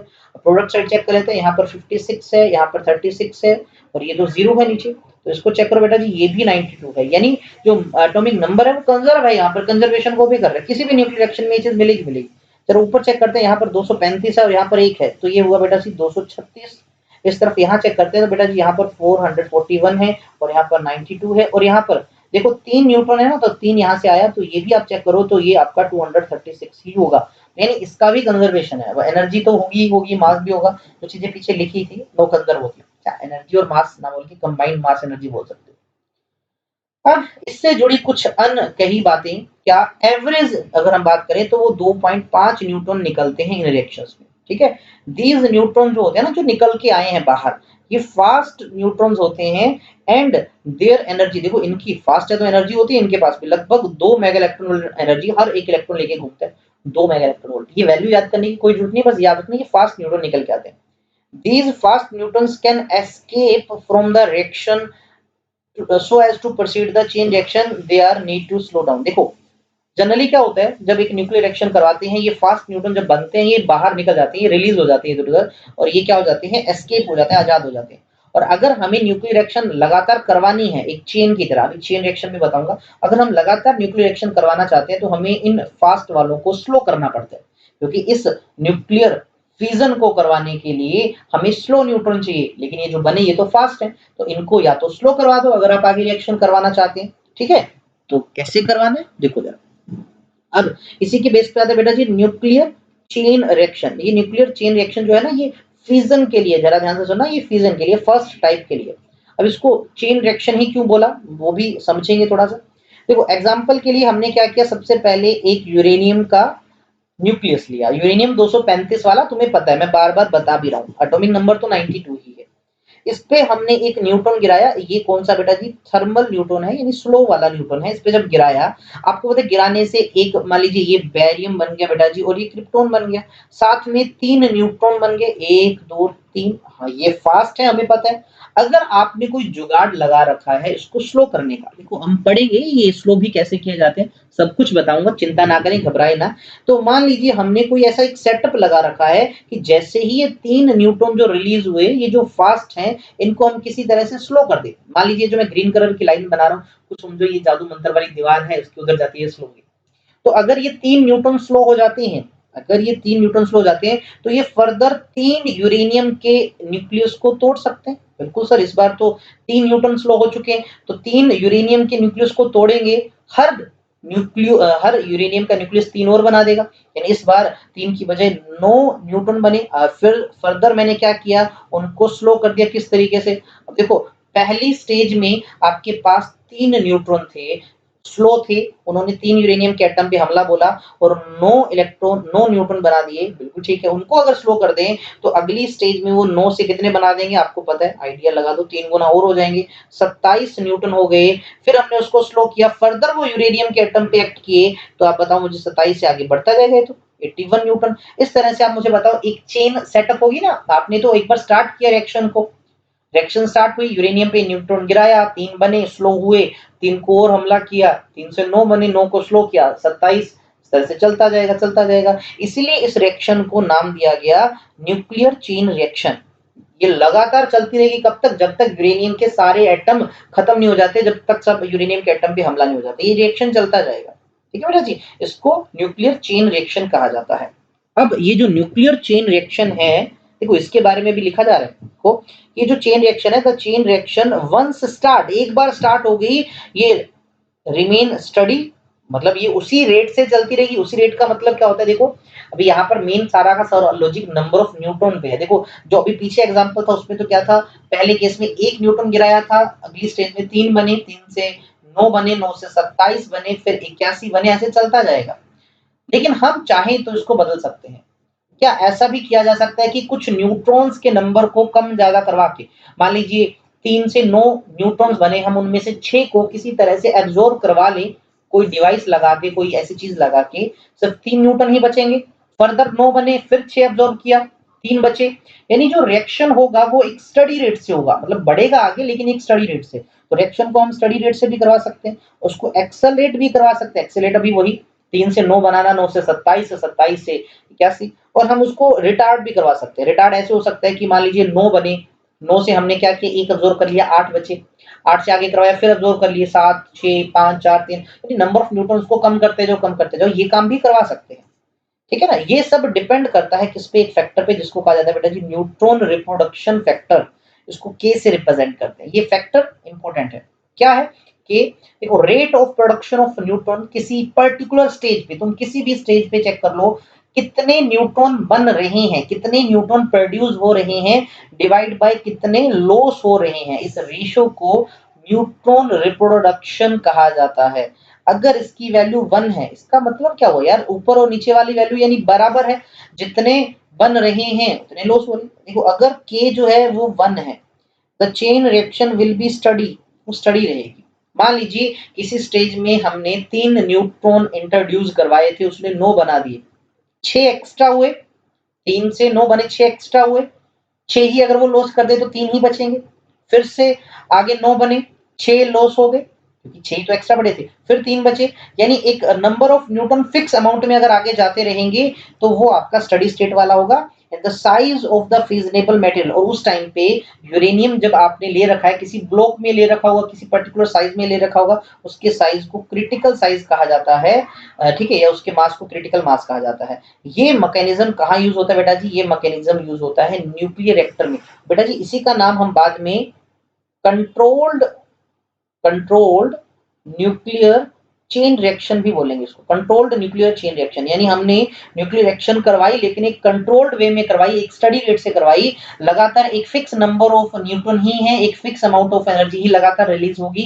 तो ये सारा का सारा जो मैकेनिज्म है ये न्यूक्लियर रिएक्टर नाम के डिवाइस में यूज होता है। आपको पता होगा न्यूक्लियर रिएक्टर का यूज किया जाता है एनर्जी बनाने के लिए, एक कंस्ट्रक्टिव पर्पज में। बहुत सारे देशों में, इवन इंडिया में काफी जगह न्यूक्लियर रिएक्टर लगे हुए हैं। बातें इसकी भी होगी, घबराएं मत, चिंता ना करें, सब कुछ है इस आपको वीडियोस के अंदर, स्लाइड्स के अंदर। अगर के जो है बेटा जी वो ग्रेटर देन 1 है, जरा ध्यान से सुनना, के ग्रेटर देन 1 है, इसका मतलब ऊपर वाला फैक्टर प्रोड्यूस ज्यादा हो रहे हैं, लॉस कम हो रहे हैं, मतलब लगातार नंबर ऑफ न्यूटन्स बढ़ते जाएंगे।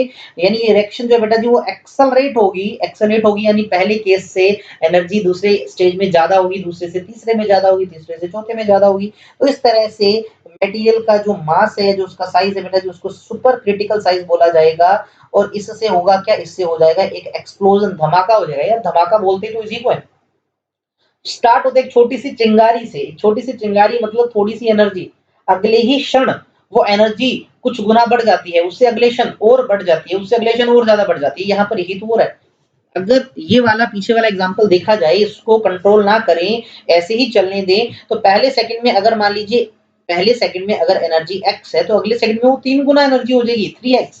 अगले सेकंड में 9 गुना एनर्जी हो जाएगी, फिर 21 गुना, 27 गुना, सॉरी 21 गुना नहीं।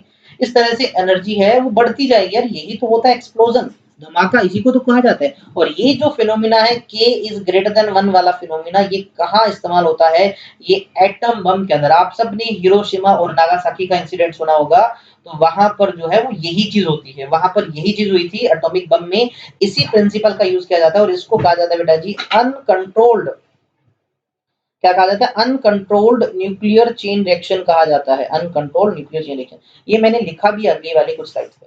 और अगर बेटा जी के लेस देन 1 है तो आप समझ ही पा रहे हो, लेस देन 1 होना मतलब कि न्यूट्रॉन जो है उनका नंबर कम होता जा रहा है, कम होता जा रहा है। यानी जो ये रिएक्शन है वो क्या हो जाएगी? रुक जाएगी, कम्स टू एन हार्ट, मतलब रुक जाएगी एक जगह पे आके, वो डीएक्सेलेरेट हो रही है। उस टाइम पे मटेरियल के साइज को अब हम सब क्रिटिकल बोलते हैं। देखो के 1 के टाइम पे साइज क्रिटिकल कहा था, के ग्रेटर देन 1 के टाइम पे साइज सुपर क्रिटिकल कहा था, के लेस देन 1 के टाइम पे सब क्रिटिकल कहा इसके साइज को। ये रिएक्शन बंद हो जाएगी।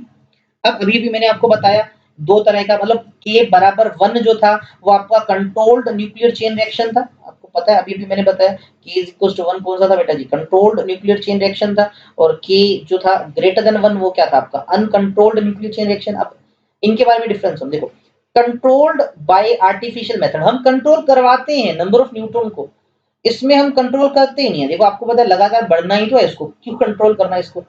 ऑल न्यूट्रॉन, ये न्यूरॉन्स नहीं बेटा जी, न्यूट्रॉन्स है ये। न्यूट्रॉन्स आर एब्सॉर्ब्ड एक्सपेक्ट 1, मतलब एक को ही आगे बढ़ने देते हैं क्योंकि वो 3 बनाएगा, मतलब एक्स्ट्रा को एब्सॉर्ब कर ली। जैसे पहली स्टेज से कंट्रोल का बता रहा है, जैसे पहली स्टेज आपको पता है 1 न्यूटन था, अगली स्टेज में 3 न्यूटन बन गई, हमने 2 को एब्सॉर्ब करवा लिया, एक आगे गया, फिर 3 बने, 2 को एब्सॉर्ब करवा लिया, फिर एक, मतलब एक ही तो आगे जाने दे रहे हैं, तो ये कंट्रोल ही तो हुआ। लेकिन यहाँ पर क्या है? More than 1 neutron take part into reaction, इसमें एक से ज्यादा होंगे तभी तो बढ़ेगा ये आगे। इसका रेट स्लो होता है और ये रेट तो बहुत फास्ट है, बढ़ता ही जाएगा, बढ़ता ही जाएगा। इसमें रिप्रोडक्शन फैक्टर के बराबर 1 होता है, इसमें के बराबर ग्रेटर देन 1 होता है। अभी थोड़ी देर पहले बताया मैंने आपको। एनर्जी जो लिबरेट होगी वो रिएक्शन में वो कम होगी एक्सप्लोसिव एनर्जी के केस में, मतलब एक्सप्लोजन में जो एनर्जी होती है उससे तो कम ही है, इसमें तो बहुत large amount of energy release होगी एक्सप्लोजन जैसी। अच्छा मैंने बता दी कहाँ-कहाँ प्रिंसिपल होता है यूज़ बेटा, ये न्यूक्लियर रिएक्टर के अंदर होता है और ये कहाँ पर होता है? ये एटॉमिक बम में होता है। एटॉमिक बम में, ठीक है। ये चीजें मैं तुम्हें बता चुका हूँ, ये आपसे पूछा भी जा सकता है। एटॉमिक बम का प्रिंसिपल क्या है, वो आपका अनकंट्रोल्ड न्यूक्लियर चेन रिएक्शन है, या अनकंट्रोल्ड फिजन भी लिखा हो सकता है। और अगर आपसे पूछा जाए न्यूक्लियर रिएक्टर किस पे बेस्ड है, उसका प्रिंसिपल क्या है, तो वो आपका कंट्रोल्ड चेन रिएक्शन, समझ आ रहा है आपको, कंट्रोल चेन रिएक्शन। यहाँ तक की कहानी समझ आ गई होगी। अब न्यूक्लियर रिएक्टर के बारे में भी सुन लेते हैं। अब न्यूक्लियर रिएक्टर क्या है, कंट्रोल्ड चेन रिएक्शन पे बेस्ड एक डिवाइस है। न्यूक्लियर रिएक्टर एक्चुअल में क्या है, एक ऐसा डिवाइस जो बेस्ड है, जिसमें बेटा जी न्यूक्लियर फ्यूजन ही करवाया जाता है, ठीक है, लेकिन इसको एक सस्टेन, एक कंट्रोल्ड चेन रिएक्शन के तौर पे करवाया जाता है ताकि एनर्जी रिलीज हो। अच्छा, न्यूक्लियर रिएक्टर को बेटा जी एटॉमिक पाइल के नाम से भी जाना जाता है। अच्छा, इससे एनर्जी जो बनाई जाती है वो एक अच्छे काम के लिए लगाई जाती है, किसी देश की तरक्की के लिए। हम जैसे इलेक्ट्रिसिटी बनाते हैं लोगों को सप्लाई करने के लिए, मतलब जो आम जनता को, सरकार बहुत जगह न्यूक्लियर रिएक्टर लगाए हुए है इंडिया के अंदर। Source of controlled energy, control energy का यूज, मतलब एक सोर्स है ये, जिससे एनर्जी किसी भी अच्छे काम के लिए लगाई जा सकती है। इसका प्रिंसिपल ये जरूरी है, आपको पता होना चाहिए, मैं आपको बहुत बार बता चुका हूँ, ये इसको नोट कर लीजिए बेटा, बहुत इंपॉर्टेंट है कि न्यूक्लियर रिएक्टर का जो प्रिंसिपल है वो कंट्रोल्ड न्यूक्लियर चेन रिएक्शन है। देखिए, इसके बारे में कुछ आपकी एडिशनल नॉलेज के लिए, शिकागो पाइल 1, देखो पाइल नाम ही होता है, एटॉमिक पाइल बोलते हैं इसको, CP1 जिसको कहा जाता है, ये दुनिया का, वर्ल्ड का सबसे पहला आर्टिफिशियल न्यूक्लियर रिएक्टर था, है ना, जिसको 2 दिसंबर 1942 को एनरिक फर्मी बहुत फेमस साइंटिस्ट हैं, फर्मियोन्स नाम से बहुत सारे सब एटॉमिक पार्टिकल इन्हीं के नाम पे हैं, ठीक है ना। तो इन्होंने सबसे पहले इसको बनाया। अच्छा, अप्सरा इंडिया का, देखो इंडिया का रिसर्च रिएक्टर, मतलब इसको रिसर्च पर्पज के लिए बनाया गया था सबसे पहले, अप्सरा को। डिजाइन किसने किया था, Bhabha atomic research centre, BARC सबको पता होगा, एक फुल फॉर्म भी याद कर लेना, पूछा जा सकता है, ठीक है ना। इसको किसकी असिस्टेंट में बनाया था, यूनाइटेड किंगडम के साथ मिलकर बनाया था, जो कि बाद में क्रिटिकल हो गया, ठीक है ना, 4 अगस्त 1956, मतलब आदमी काम में नहीं ला पाया इसको। उसके अलावा और भी कुछ न्यूक्लियर रिएक्टर से रिलेटेड चीजें सुनी, जैसे जून 27 1954 में वर्ल्ड का जो पहला न्यूक्लियर पावर स्टेशन, देखो न्यूक्लियर पावर प्लांट जो है ना, वो एक ऐसा बड़ा डिवाइस, एक प्लांट होता है जहां पर इस न्यूक्लियर रिएक्टर का यूज करके एनर्जी बनाई जाती है। तो सबसे पहला न्यूक्लियर पावर स्टेशन जो है इलेक्ट्रिसिटी बनाने के लिए लगाया गया 27 जून 1945 में, ठीक है ना। कहां पर, ऑब्निस्क न्यूक्लियर पावर प्लांट नाम से, ठीक है ना, कहां पर, सोवियत यूनियन में लगाया गया, ये द सोवियत यूनियन में। अच्छा, इंडिया की बात कर लो यार, इंडिया की, Tarapur atomic power station taps के नाम से फेमस है, जो कि कहाँ है आपको पता है, बोईसर में है, थाने डिस्ट्रिक्ट, महाराष्ट्र में। ये इंडिया का पहला एटॉमिक पावर प्रोजेक्ट स्टार्ट किया गया था यहाँ पर। प्रेजेंटली मतलब अब मौके की बात करें, इंडिया में लगभग 22 न्यूक्लियर पावर रिएक्टर काम कर रहे हैं 7 अलग अलग राज्यों में, और भी बहुत सारे बन रहे हैं, मतलब कहा जा रहा है। न्यूक्लियर पावर इंडिया की बात करें तो लगभग टोटल जो कैपेसिटी है उसकी 6.7 गीगावाट है, न्यूक्लियर पावर की कैपेसिटी इंडिया के अंदर, जो कि टोटल हमारी जो इंडिया की इलेक्ट्रिसिटी सप्लाई का 2% से नीचे, हालांकि थोड़ा कम है, कोशिश है ज्यादा करें, लेकिन इसके अपनी एक अलग नुकसान फायदे हैं, उसकी वजह से बहुत सारे लोग इसका विरोध भी करते हैं कि न्यूक्लियर पावर प्लांट नहीं लगाने चाहिए। इंडिया का जो न्यूक्लियर प्लांट जो है ना, India's nuclear plants are controlled by, मतलब इंडिया में ये जो न्यूक्लियर पावर प्लांट है इनको कौन कौन कंट्रोल करता है, nuclear power corporation of India के अंडर आते हैं, ये NPCIL इसके अंडर आते हैं। न्यूक्लियर पावर प्लांट का एक बेसिक स्ट्रक्चर की बात करें, उसके एक बेसिक फंक्शनिंग की बात करें, तो इस डायग्राम से समझा जा सकता है, ये न्यूक्लियर पावर प्लांट ही है, न्यूक्लियर रिएक्टर का ही डायग्राम है।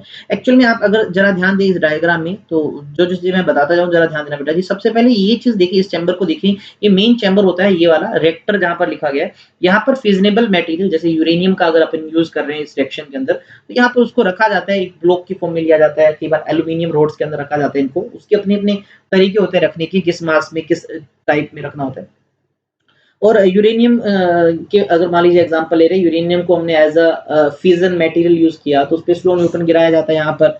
अच्छा, इसी के अंदर अगर आप जरा देखिए तो कंट्रोल रोड्स लिखी गई है यहाँ पर, देखो ये है बीच वाला, यहाँ रेड कलर में दिख रहा है ना, ये यहाँ पर इस जगह पे मतलब वो मटेरियल रखा जाता है। कंट्रोल रोड्स किस लिए यूज किया जाता है, देखो आपको पता है रिएक्शन होगी तो न्यूटन्स बनेंगे, जो न्यूटन्स बनेंगे तो उनको अगर मान लीजिए कंट्रोल करना है, उनको एब्जॉर्ब करना है, ताकि रिएक्शन को स्लो किया जा सके या फास्ट किया जा सके या रिएक्शन को बंद किया जा सके, तो न्यूट्रॉन को एब्जॉर्ब करने के लिए लगाई जाती है बेटा जी ये कंट्रोल रोड्स। अच्छा, इसी के अंदर बेटा जी एक ऐसा मटेरियल भी भरा होता है उस फिजनेबल मटेरियल के साथ में, जो न्यूट्रॉन को स्लो करता है, जिसको बेटा जी मॉडरेटर भी कहा जाता है।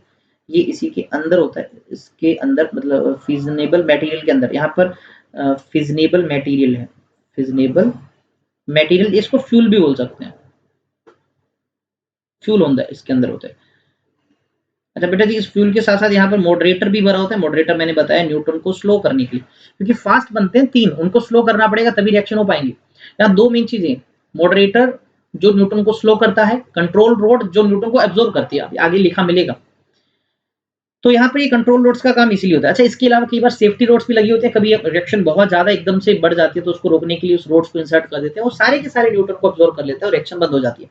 जब यहाँ रिएक्शन होगी, बहुत सारी एनर्जी रिलीज होगी, तो उस एनर्जी को यहाँ पर ये देखो जरा, जिसको मैं डॉटेड लाइन से लगा रहा हूँ, तो यहाँ पर आप एक फ्यूल ना बोल के इसको कूलेंट बोल सकते हो। एक कूलेंट भरा होता है, जनरली पानी का ही इस्तेमाल किया जाता है। वो कूलेंट जो रिएक्शन से निकली हुई हीट को एब्जॉर्ब कर लेता है और वो जो पानी है या जो जो कूलेंट है वो उस हीट को लेके यहाँ पर जाता है। यहाँ पर भी पानी भरा हुआ है, तो वो जो हीट है वो उस पानी वाले चैम्बर को मिलेगी, तो यहाँ से स्टीम बन जाएगी। वो जो स्टीम है उसको आगे इस स्टीम लाइन के थ्रू भेजा जाता है और यहाँ पर टरबाइन लगी है, आप देख सकते हो। ये टरबाइन पे जब स्टीम गिरती है, ये घूमता है, इसके घूमने से इलेक्ट्रिसिटी जनरेट होती है, जिसको आगे भेज दिया जाता है। और जो पानी है यहाँ से स्टीम की फॉर्म में आए, उसको वापस से कंडेंस कर दिया जाता है और पंप के थ्रू वापस से चैम्बर में भेज दिया जाता है। तो इस तरह से यहाँ लगातार रिएक्शन होती रहती है हमारे इस फिजनेबल चैम्बर के अंदर। जो हीट है वो लगातार एक्सचेंज होती रहती है और इस तरह से एनर्जी बनती रहती है। ये काम लगातार चलता रहता है इस तरह से। अब आपको जो चीजें याद रखनी है मेन, देखो डायग्राम से रिलेटेड तो बहुत कम पूछा जाएगा, आपसे पूछा जो जाता है वो देखिए। आपसे पूछा जाता है फिजनेबल मटेरियल, मतलब जो फ्यूल है न्यूक्लियर रिएक्टर में वो कौन सा हो सकता है। यूरेनियम के आइसोटोप यूज हो सकता है 235 वाला, थोरियम का आइसोटोप यूज हो सकता है 232 वाला, प्लूटोनियम आइसोटोप यूज हो सकता है 239 वाला या 240 वाला या 241 वाला। ये सबसे ज्यादा कॉमनली यूज्ड फ्यूल्स हैं जो न्यूक्लियर रिएक्टर में इस्तेमाल होते हैं। उसके अलावा मॉडरेटर, न्यूट्रॉन्स को स्लो करने के लिए जो हम लगाते हैं, उसमें जनरली बेटा या तो ग्रेफाइट का यूज करते हैं, कार्बन का फॉर्म आपको पता है, या तो हम हैवी वाटर का यूज करते हैं, D2O जिसको लिखा जाता है, हाइड्रोजन के दूसरे आइसोटोप से जो बने। और कंट्रोल रोड्स मैंने बताया न्यूट्रॉन को एब्जॉर्ब करने के लिए, वो जनरली कैडमियम की रोड्स होती हैं। ये चीज याद रख लेना, आई हुई है एग्जाम में और पूछी भी जा सकती है फर्दर। कूलेंट, कूलेंट क्या होता है, देखो जो हीट बनती है रिएक्शन के दौरान उसको एब्जॉर्ब जो करे और बाद में पानी को दे दे स्टीम में बदलने के लिए, वो कूलेंट्स होते हैं। तो पानी का भी यूज किया जाता है, CO2 का भी यूज किया जा सकता है, नाइट्रोजन का भी यूज किया जा सकता है as a coolant. Liquid sodium भी कई बार यूज हो जाती है, ठीक है ना। तो अलग अलग जगह पे अलग अलग कूलेंट यूज हो जाते हैं। तो ये कुछ चीजें हैं जो आपको याद होनी चाहिए इससे रिलेटेड। अब न्यूक्लियर रिएक्टर की यूजेस की बात करें तो सबसे पहला यूज तो वही है कि यार इलेक्ट्रिसिटी बनानी हो, इलेक्ट्रिक पावर जनरेशन में हो।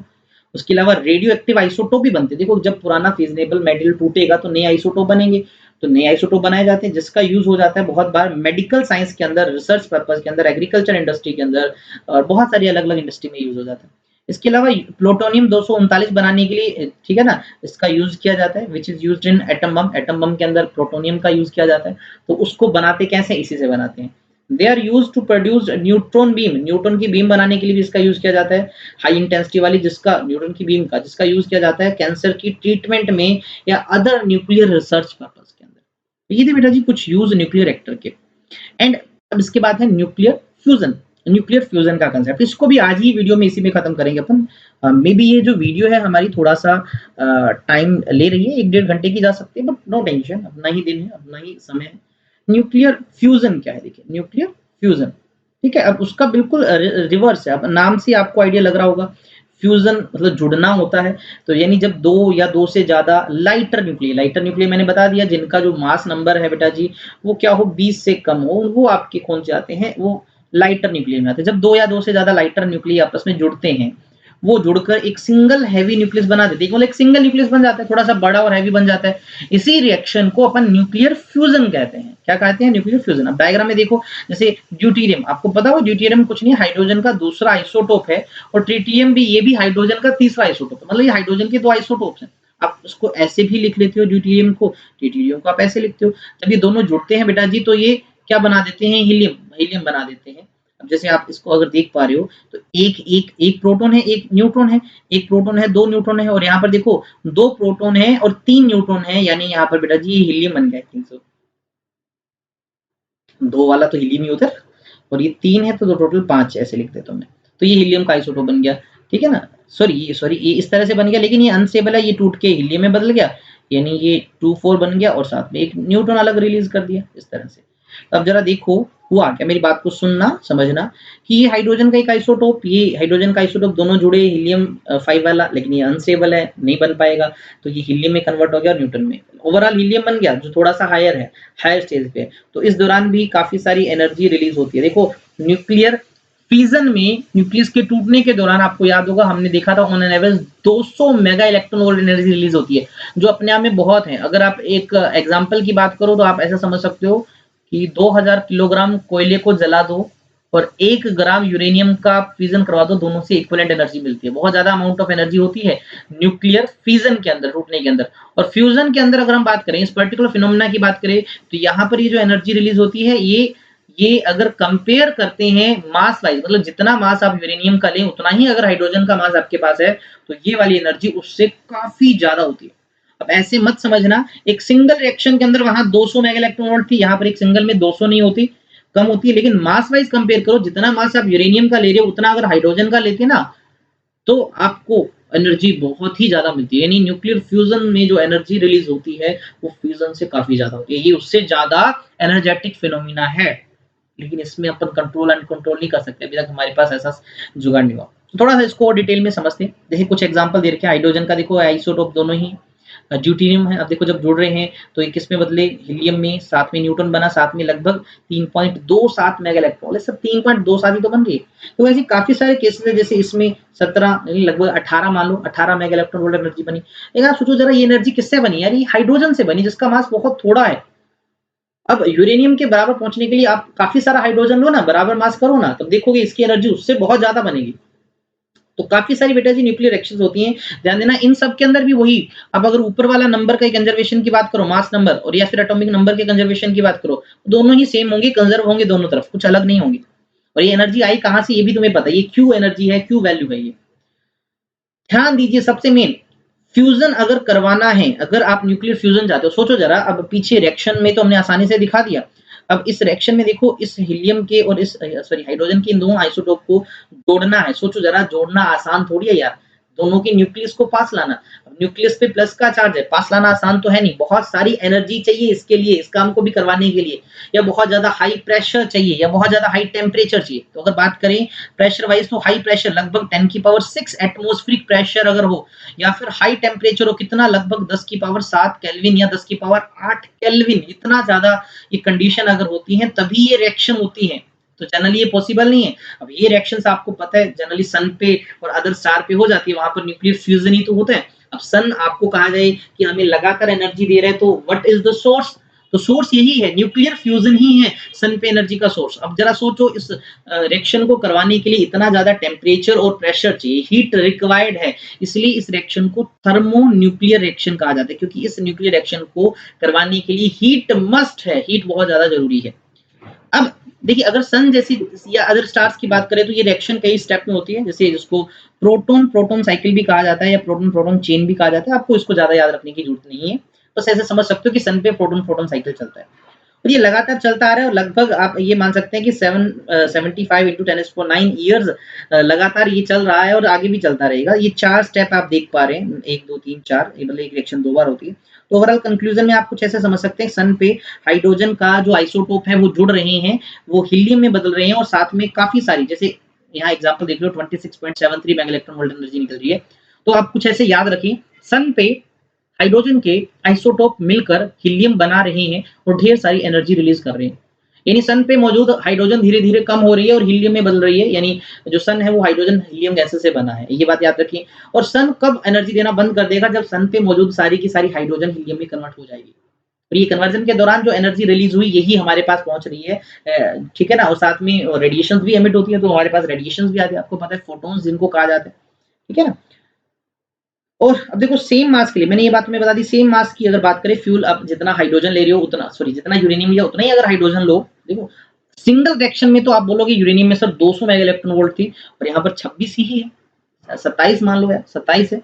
लेकिन मास हाइड्रोजन का तो बहुत थोड़ा होता है ना, 1 यू, और वहां कितना होता है, वहां आप देखो जरा 235 यू होता है, इससे 235 गुना। अगर बराबर मास लेके चलो तो तुम देखोगे इस केस में, न्यूक्लियर फ्यूजन के केस में बहुत ज्यादा एनर्जी रिलीज हो रही है। Energy released in fusion is much larger than fusion, fusion से बहुत ज्यादा होती है। लेकिन ये करवा नहीं सकते ना, कंडीशन है, ठीक है। अच्छा, एटम बम और न्यूक्लियर बम, हाइड्रोजन बम, दो अलग अलग चीजें। देखो एटम बम जो बेस्ड है ना, वो आपको मैं बता दूं फ्यूजन पे बेस्ड है, जो पीछे हमने पढ़ा। और हाइड्रोजन बम है वो बेटा जी फ्यूजन पे बेस्ड है। अब हाइड्रोजन बम नाम से आइडिया लगा लो यार, हाइड्रोजन की बात कर रहे हैं तो हाइड्रोजन जुड़ेगा तभी तो फ्यूजन होगा। और सोचो हाइड्रोजन जो है ना, उसको फ्यूचर का फ्यूल कहा जाता है। Future fuel. क्यों? क्योंकि हाइड्रोजन से उम्मीद है अगर हम न्यूक्लियर फ्यूजन किसी तरह से करवा सके, ऐसे करवा तो सकते हैं, पहले न्यूक्लियर फिजन करवा दो, मतलब एटम बम वाला जुगाड़ लगा दो, ढेर सारी एनर्जी बन गई, टेम्परेचर बन गया, प्रेशर बन गया और अब वहां पर आप फ्यूजन करवा दो, करवाया जा सकता है, लेकिन इतना आसानी से पॉसिबल नहीं है, कंट्रोल्ड वे में नहीं करवा सकते।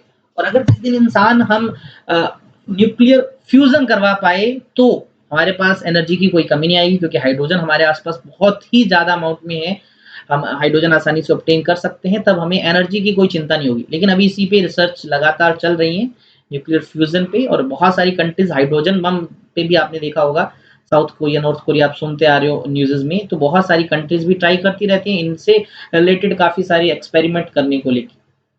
तो ये दो अलग-अलग चीजें, देखो एटम बम जो प्योरली फिजन पे डिपेंड करता है, based on fission process 235 uranium use होता है, और ये फ्यूजन प्रोसेस पे है जिसमें ड्यूटोन या ट्रिटियम मतलब हाइड्रोजन के आइसोटोप्स यूज होते हैं इसके अंदर।